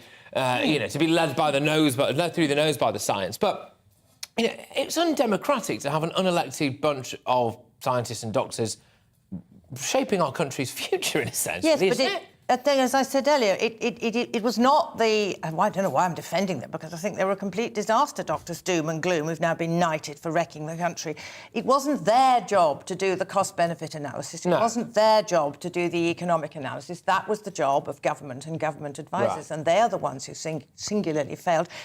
Quite a lot of people were constantly saying, look at other countries, look at the example of Sweden, where, for example, what they did, they advised people to wear masks if they wanted. They advised people not to gather in groups, that they didn't have this total lockdown. Right at the beginning, I understand it, because we were frightened. People were... Absolutely. People were frightened. We had no idea what was coming. But when this absolute draconian measures went on and on and on, as though we were living in some sort of socialist utopia... Well, interesting you should say. I went out to Sweden early on and I asked Anders Tegnell, the architect of the Swedish policy, why aren't you locking down? And he said, because that's a complete experiment. I don't know what it'll do to heart disease. I don't know what it'll do to cancers, to children's education. We need to take a holistic health approach. And he said that we treat people as subjects, not objects. We treat people like grown-ups. And as adults. There you go. Hit the nail on the head. Which is exactly what you said. Exactly. Yeah. We were infantilised. Make your own decisions. We were treated like kids and told, you know, that it's not safe and you can't take your own personal risk. No. And that was wrong. There was a period of time when I thought, unless Boris Johnson had come on the television first thing in the morning and told us all to put pants on, we'd have been strolling around naked for a while. I thought, you know, people were looking, guys, please help me. I don't know whether to breathe or blink. But can I just ask you a relatively personal question, which is, we mentioned there about scientists being potentially shunned by their own community. We mentioned a bit, Rishi Sunak alluded to the idea that he was sidelined a bit as well. I imagine during the lockdowns, etc., you might have been a bit of an outlier in your line of work, because a lot of the media were parroting the same stuff. Harder, faster, quicker, stronger lockdowns, etc. And I don't get the impression that you were doing that. How were you treated by some of your journalistic colleagues, or was everything all right? It wasn't all right, and I did, for the first time, take to Twitter. I became so passionate about trying to voice the concerns. But in a way, that's my job. I am there to write about, you know, I voice other people's, mainly scientific opinions. Who I felt sorry for were the scientists who lost their jobs, whose families were threatened, and who had no voice, and that they were trying to stand up because they could see what was coming down the track. I think, just very quickly, Christine, because we've not got long until we got to break, but isn't that really fascinating? The groupthink involved here, and society just swallowed it, and it's very concerning, actually, how these things can happen, where anyone who's a journalist, a doctor, a politician, a scientist, whatever, if you don't conform with that groupthink, you are out. Incredibly worrying, and this is how, you know, fascist governments, to use a term, take over countries. It all starts in the mind, and we were told that the only thing that matters was saving the NHS and saving lives. Nothing else mattered. They didn't even think about the costs of education and other health things, etc., etc. It's extraordinary now. I mean, I know hindsight's a wonderful thing, of course it is, but people were speaking out at the time, and they were ignored. We have now over 1,000 excess non-COVID deaths every week, so it wasn't about saving lives. No. Yeah, we now and the life years lost. I mean, the average age of a COVID death is 82.5. It's the average age of death. So these lives that we're losing now, and the lives lost from the economic costs, as well as the health costs, people is going to be, we don't even know, but it's huge. And that is, again, just, I can't ask you any more questions, I'm afraid, because we're running out of time, but that is a very good point, actually. We could talk about this all day, because that is an area, all right, it wasn't necessarily Whitty & Co.'s job to look at the economics of it or the education system, but they might have been able to see what's coming down the line when it came to the NHS, for goodness sake. But there we go. Lucy, thank you very much. We'll have to chat again soon. Thanks. Lucy Johnson, of course, Health and Social Affairs Editor at the Sunday Express. Christine Hamilton, who's joining me throughout the show. Lots of you be getting in touch, just enough time to squeeze in a couple of your emails on this very topic, actually.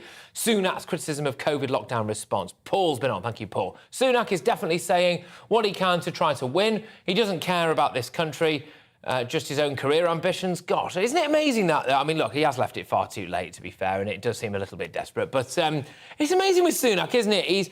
He's been the one who's been kind of called a careerist, etc. And I suspect staying in Cabinet, despite allegedly disagreeing with almost everything that's been said in there, would indicate that. Sonia, time for Sonia. We've always got time for Sonia. It is amazing to hear Sunak distancing himself from the COVID fiasco, even though he patted himself on the back for paying people to stay at home, costing billions of pounds.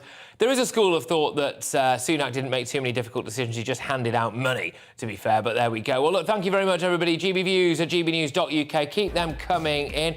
We have got just over half an hour. Where has the time gone? Just over half an hour left on this show. You are with me, Patrick Christys. This is, of course, GB News on your TV, online and your digital radio. Coming up, Albanian police will be stationed in Dover in a bid to help identify and remove more migrants coming across the channel in small boats. We'll discuss that next. I'll be back in just a tick. Don't you dare move.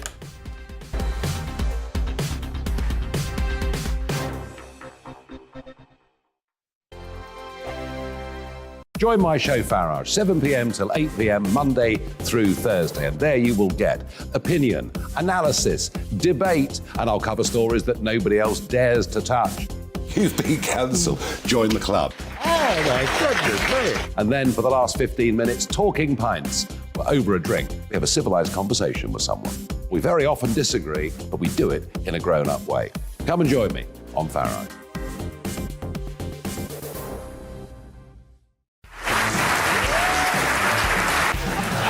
My name is Andrew Doyle. Join me every Sunday evening at 7 p.m. for Free Speech Nation.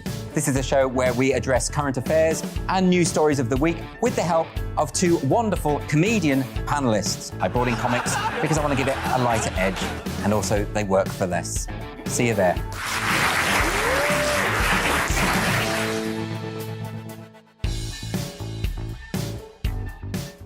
Hi there, it's Stephen and Anne. At breakfast from 6 a.m, you'll always be caught up with everything you need to know, the latest headlines, opinions and debates. We'll bring you the good news and the bad, but most of all, we're here for you. Remember, send in your views and let us know what you would like us to talk about. That's because we're your news channel. And every morning at 6 a.m, it's breakfast on GB News. I'm Dan Wootton. Join me Monday to Thursday from 9 to 11 for the feistiest and most fun news debate on TV, where free speech reigns. I'll bring you a sharp take on the day's biggest stories, bombshell newsmaker interviews, and A-list guests. And I guarantee you, no spin, no bias, no censorship, and no reason to go to bed. That's Dan Wootton Tonight, Monday to Thursdays from 9 on GB News.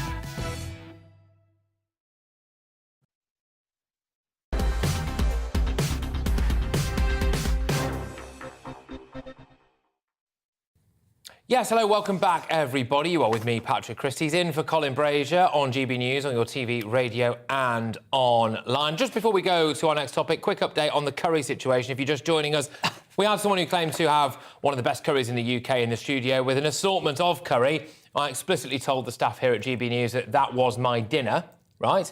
And they decided to wheel it out. I've just gone outside now, no curry left. OK, we've got thieves amongst us here, heads will roll. But we're moving on now. It's a topic that I spoke passionately about on the show yesterday, and today we got the figures to back up my claims that Albanian migrants are abusing the UK's borders. Last night, Priti Patel struck a deal with Albania, which will see Albanian police stationed at Dover to help identify and deport refugees, after it emerged that migrants from the country account for a whopping 60% of arrivals to the UK on small boats.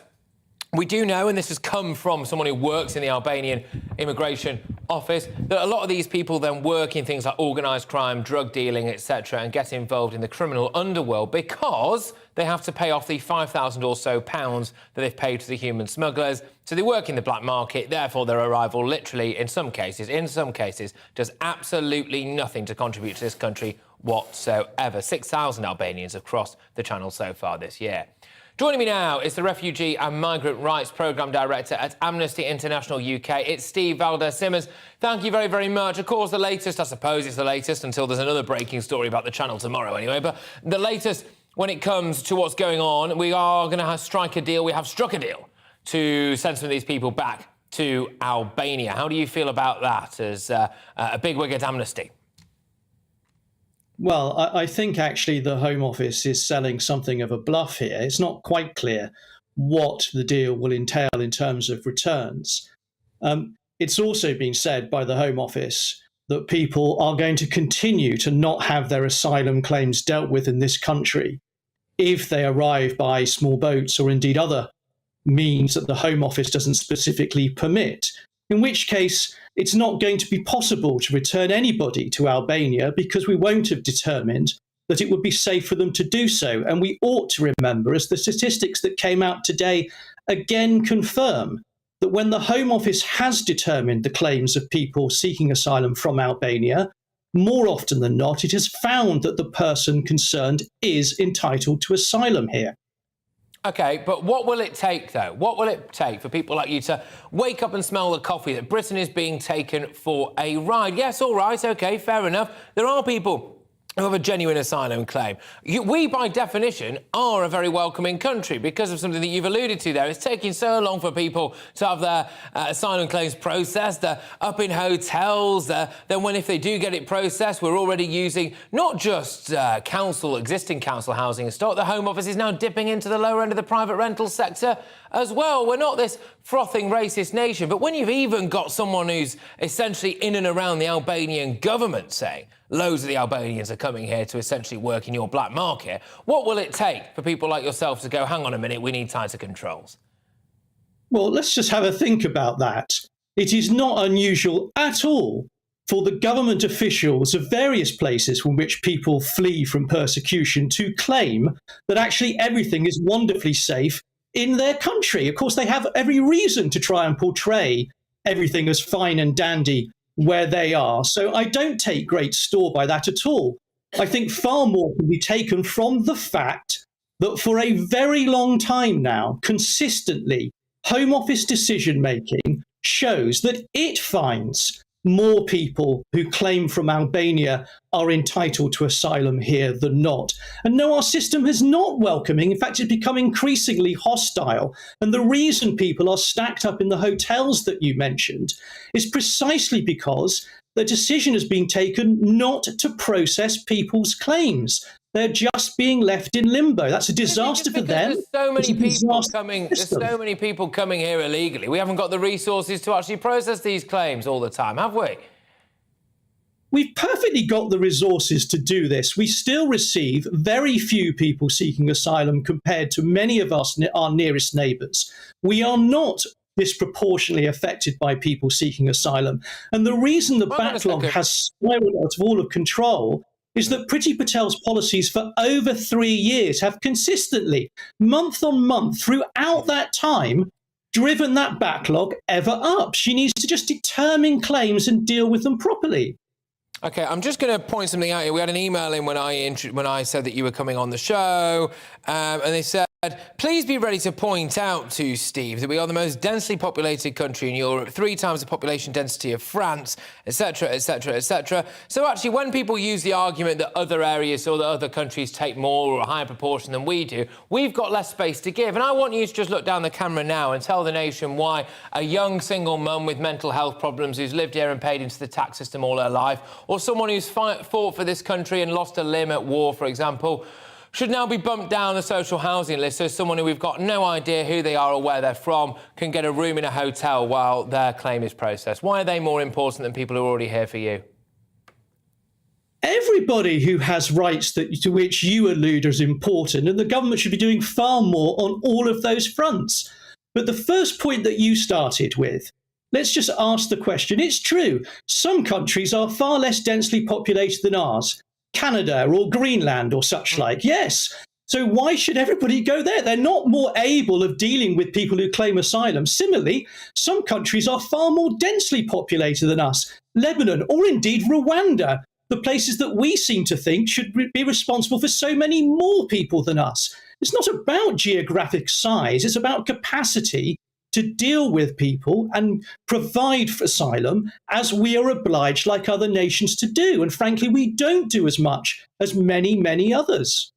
If we did not have what's going on in the Channel right now, we would still have our NHS stretched to beyond breaking point. We've got more people waiting for healthcare in this country than we've ever had before. We would still have a housing crisis. We would still have an issue with our education system in terms of overcrowding in classes, etc. We would still not be building as many houses as we need be. Our public services would still be stretched to the max. And what you want to do in a time of, it would seem, great national economic crisis is to add more on top of that, despite the fact that figures are showing that people are coming here for economic reasons, not asylum or refugee reasons. Are you lying to yourself about this? Just be honest with me. Are you lying to yourself about this? Because it does seem to be like the facts are staring you in the face. Well, the facts are that over 3/4 of the claims that the Home Office does actually deal with of people who seek asylum here are successful. So it is not that the great majority of people don't have legitimate claims. They do. But loads of them. And what I would say to you is that you will add more pressures. We are adding more pressures and costs by denying the facts and trying to obstruct the fact that people do come here to claim asylum. We are building backlogs in our system and in our hotels precisely because our government refuses to address and deal with the claims it receives. If it did those things, it could be far more efficient and far more effective. OK, all right, thank you very, very much. Always enjoy it. I could talk to you all day, but alas, we have to move on. Thank you very much, as always, for putting up your side of the case. Of course, that was Refugee and Migrant Rights Programme Director at Amnesty International UK, Steve Valdev-Salmons there. Thank you for that. Loads of you have kicked off in the inbox. Surprise, surprise about that. I'll be going to Christine Hamilton on it very shortly as well. But coming up in the show, police are still on the hunt for this depraved shooter of 9-year-old Olivia Pratt-Corbell, who was sadly killed in her home in Liverpool. Shot, in fact. Calls from the Chief Superintendent of Merseyside Police for members of the criminal fraternity to come forward to help find people responsible for this have sparked a national conversation about what's being called grass culture in gangs, OK? So grassing people up, snitching, some would say. Other people would call it doing the right thing, but there we go. I will speak to a former drug dealer who's turned his life around on that very issue, the pressure on people who are in police custody to grass, why they don't do it, why some people do, etc. But first, let's bring you up to date with today's latest headlines.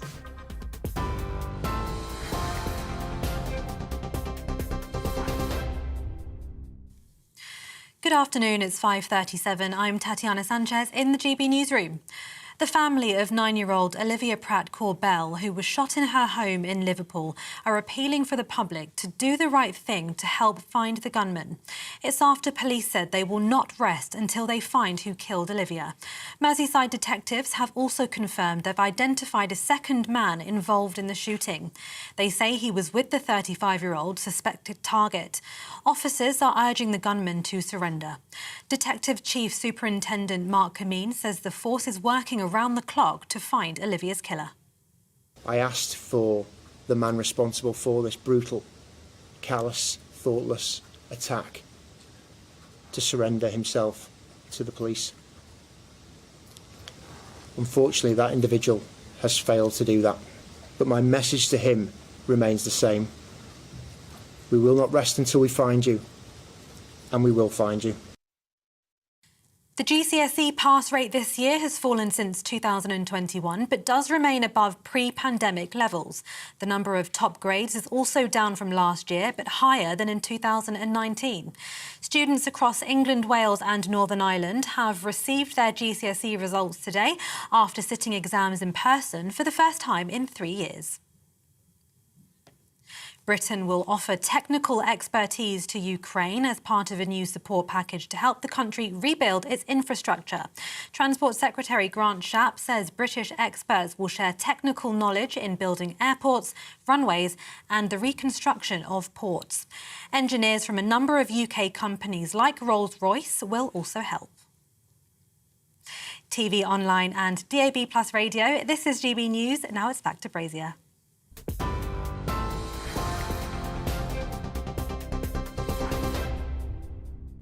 Direct Bullion sponsors the Finance Report on GB News for gold and silver investment.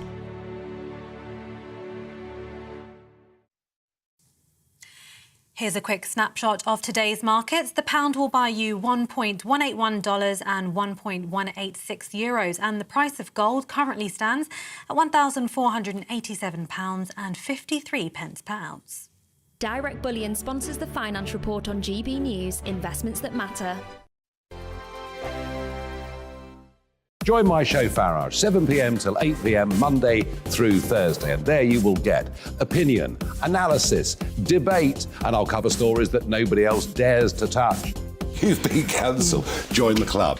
Oh, my goodness me. And then for the last 15 minutes, talking pints. We're over a drink. We have a civilised conversation with someone. We very often disagree, but we do it in a grown-up way. Come and join me on Farage.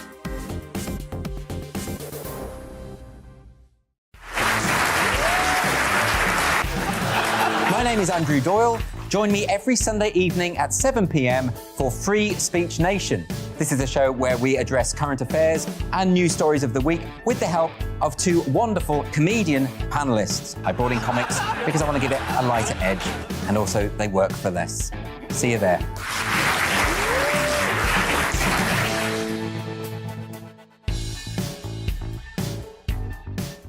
Hi there, it's Stephen and Anne. At breakfast from 6 a.m, you'll always be caught up with everything you need to know, the latest headlines, opinions and debates. We'll bring you the good news and the bad, but most of all, we're here for you. Remember, send in your views and let us know what you would like us to talk about. That's because we're your news channel. And every morning at 6 a.m, it's breakfast on GB News. I'm Dan Wootton. Join me Monday to Thursday from 9 to 11 for the feistiest and most fun news debate on TV, where free speech reigns. I'll bring you a sharp take on the day's biggest stories, bombshell newsmaker interviews, and A-list guests. And I guarantee you, no spin, no bias, no censorship, and no reason to go to bed. That's Dan Wootton Tonight, Monday to Thursdays from 9 on GB News.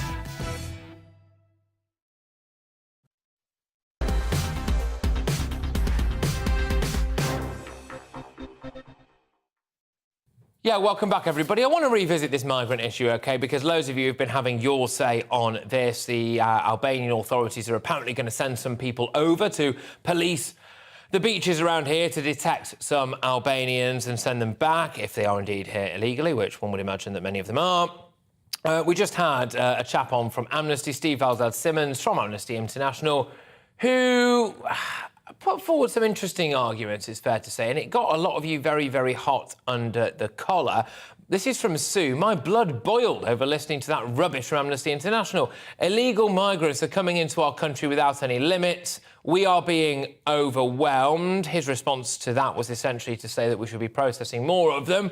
Steve says, Patrick, I don't know why you bother asking Amnesty International about migrants. It's called balance, Steve, balance. Anyway, it's clear that left down to them, there wouldn't be any restrictions or anyone coming here from anyone in the world, no matter what their background is or how dangerous they are. And, Steve, I think that's a really interesting point because, you know, one thing I did want to ask, we're under time pressures here when it comes to asking people questions. You know, we have to keep a fast pace here. But, Steve, I wanted to ask that particular chap, why are 90% of them men, then? You know, one would have thought, if you look at what's going on in Ukraine at the minute, women and children straight out the country, you've got the blokes there staying to fight. Why have we got 90% of people coming over here are men in boats? What's the crack in Albania? Are you telling me that there's a human rights issue for men but not for women? I find that hard to believe. Christine Hamilton, I'll bring you in on this conversation, joining me throughout the show here. I know this is an issue very close to your heart. What do you make of that, then? This is all the government's fault because we're not processing enough asylum claims. That's according to a representative of Amnesty International. Well, I mean, bless him, he's doing his job, but, I mean, he seemed to live on cloud cuckoo land, and he didn't seem to me to know the difference between asylum and economic migrants. He kept talking about asylum... I don't think he cares. I don't think he doesn't care. He kept talking about asylum when, in fact, what he's talking about is economic migrants. I mean, he made it sound as though all the Albanians who are coming over are asylum seekers. Well, they're not. They're economic migrants. The odd one might be an asylum seeker, but if there is one, and we're now going to have the Albanian authorities over here, they will seek them out and look after them. And do you think as well, though, that we are just now at this point just a massively soft touch? We've been seeing that a lot of Albanian human trafficking gangs, etc., are deliberately sending people over here, clean skins, they call them, yes, with the express intention of making them work in our underworld, dealing drugs and causing crime. Well, a clean skin is apparently somebody who is not involved with crime, so an innocent... Hasn't previously, yeah.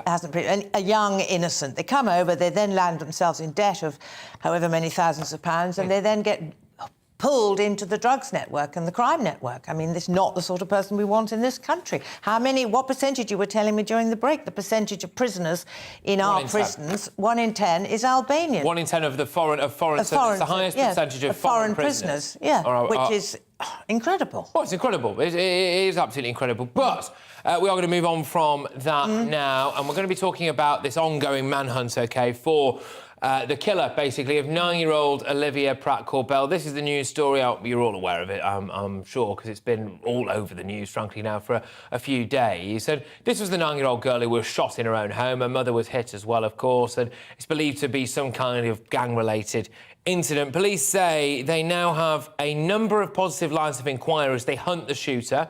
Olivia was shot as her mother struggled with 2 men at her home in Liverpool on Monday night. So we're going to play you a little clip now of what Detective Chief Superintendent of Merseyside Police, Mark Kameen, had to say at a press conference earlier today. Our officers continue to carry out extensive inquiries, and I can confirm that there are a number of very positive lines of inquiry that we are pursuing. I asked for the man responsible for this brutal, callous, thoughtless attack to surrender himself to the police. Unfortunately, that individual has failed to do that. But my message to him remains the same. We will not rest until we find you, and we will find you. Yeah, absolutely. Now, he called on members of the public to disclose any information about those responsible and appealed to those who, quote, operate in the criminal fraternity to search their conscience. Well, this is about the kind of grass culture or no grass culture. There is a chap who's in police custody who they believe was the intended target of this shooting. All things are yet to be proven, and this case will unfold, no doubt. But that's the line at the minute, anyway. This particular chap was the intended target of this shooting. Was apparently, it would appear anyway, looking for some kind of cover. A lady heard a commotion, opened her door, and obviously he's burst in, shots fired through the door, and we know that sadly the rest resulted in a 9-year-old girl being shot dead. That chap is in custody. As far as we're aware, and the line from the police is that he's not willing to disclose, has not divulged information as to who he thinks the shooter may have been. So basically, I suppose you could say he's not grassing on that particular individual. But I want to know a bit more about this no grass culture? Because you would have thought when something happens, like a 9-year-old getting shot to death in her own home and this, that and the other, surely that's the time when things change. But Mark Bracewell is here, and he's the managing director of Blinded Faith, which is a group which goes into schools and discusses crime, etc., does loads more as well, community work. And before he turned his life around, which he very much has now, doesn't mind admitting, of course, he was a drug dealer, a gang member, now using his experience to explain to children why it's important to speak out. Really appreciate you coming on, Mark, and congratulations on turning your life around and all the great work that you do as well now.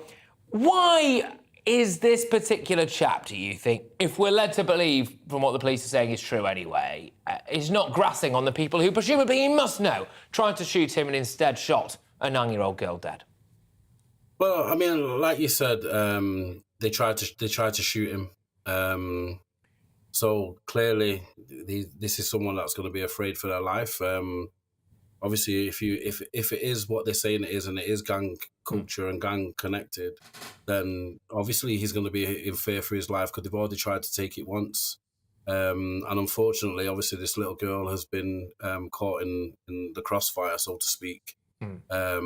And I'm pretty sure that the person it was intended for doesn't want it to affect, obviously, anyone else. And like I say, if they come back for him again, it could affect people in his family and other people that are innocent.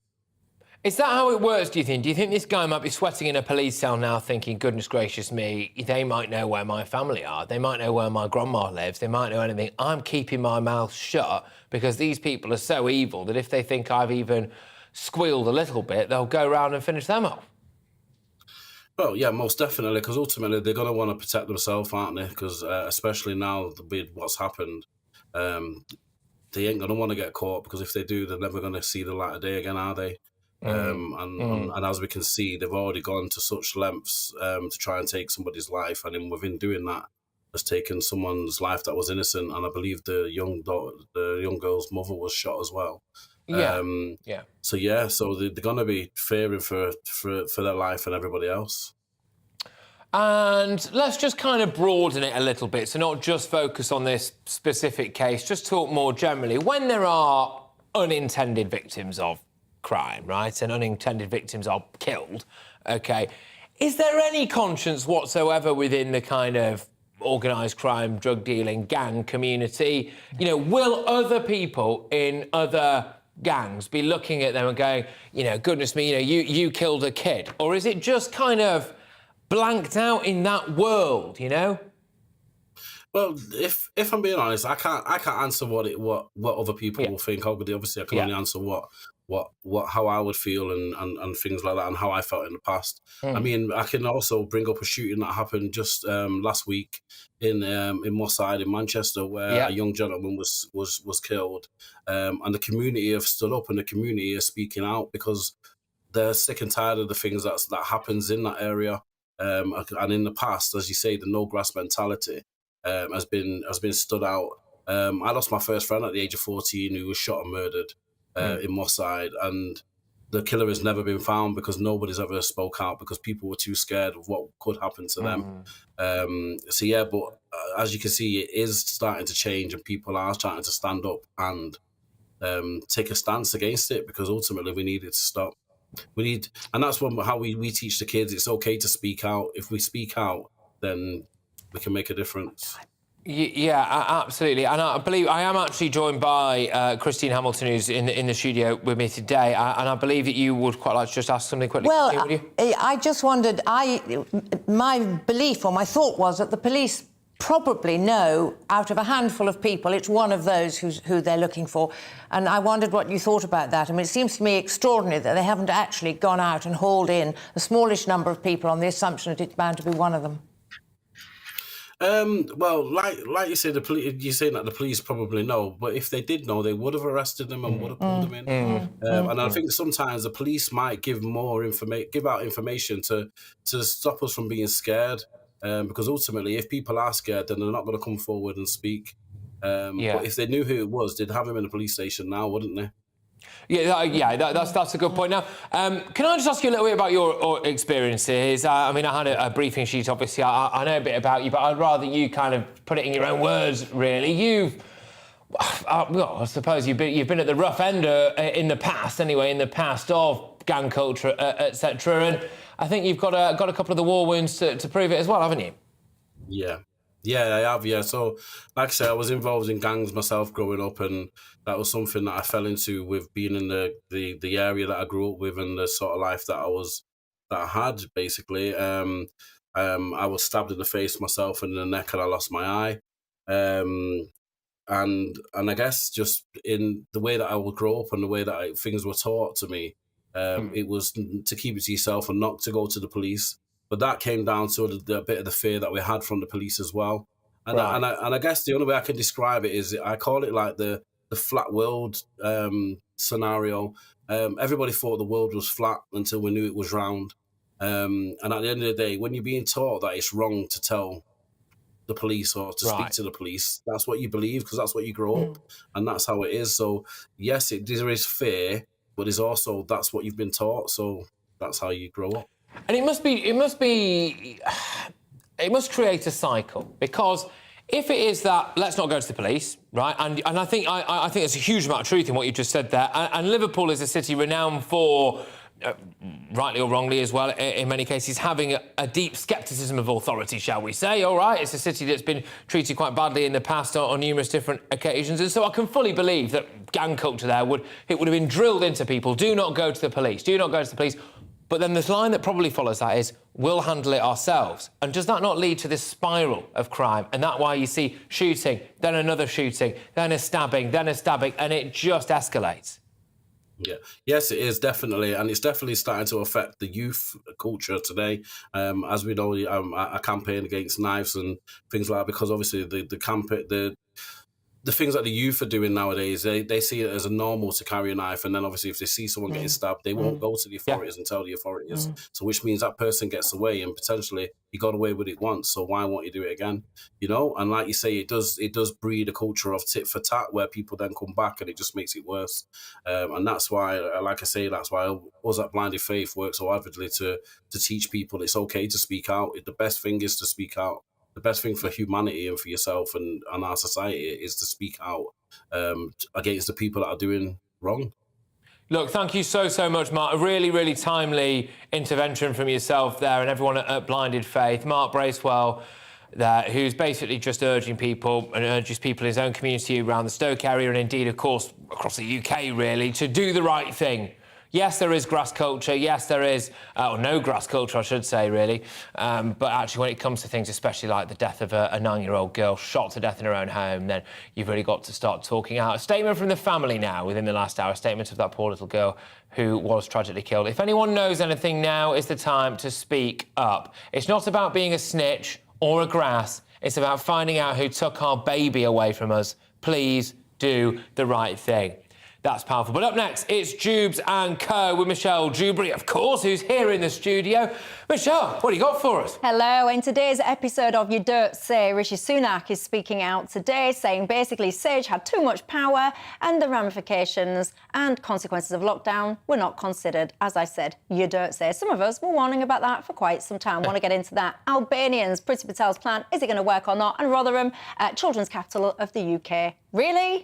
I'll have all that and more in a couple of minutes. Yeah, sorry, you've shot me with that last one. I can't wait to watch your show, I must say, Michelle. Thank you so much. Jubes and Co. coming up right after this. I've been Patrick Christie's in for Colin. I'll be back 7 p.m. tomorrow for Friday Night Feast. Christine, thank you so much. Christine Hamilton, the wonderful lady that is. Up next, though, it's your weather and then Jubes and Co. Don't move.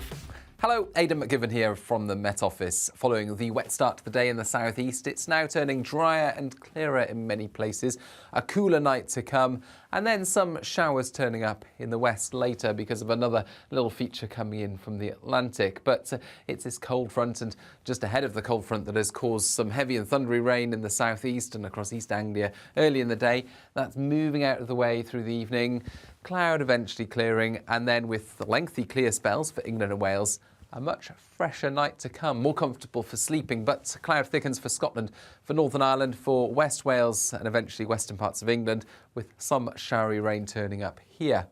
For most, temperatures will dip to 10 to 13 Celsius. I think in some sheltered spots with clear skies, we'll see the single figures first thing Friday, but plenty of sunshine through central and eastern England, a very different start to the day in the southeast. Northern Scotland also faring well for sunny spells, but a cloudy zone for central and eastern Scotland into much of western England and Wales. Parts of Northern Ireland also seeing that cloud and some showery rain where we've got the cloud.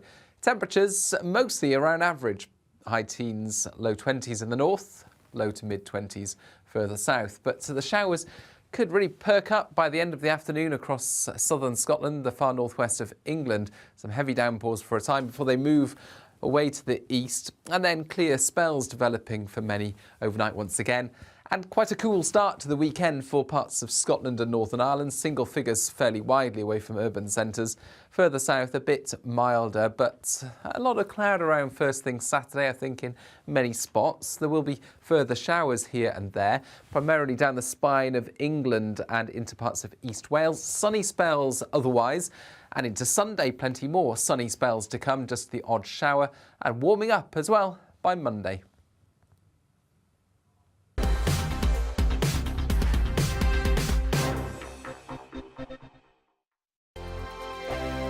Join my show Farage, 7 p.m. till 8 p.m. Monday through Thursday, and there you will get opinion, analysis, debate, and I'll cover stories that nobody else dares to touch.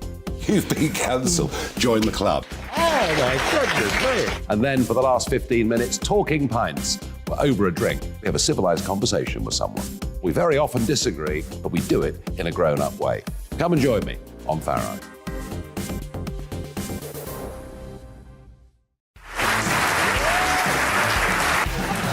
My name is Andrew Doyle. Join me every Sunday evening at 7 p.m. for Free Speech Nation.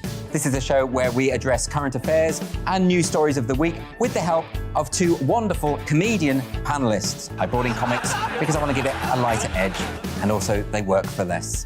See you there.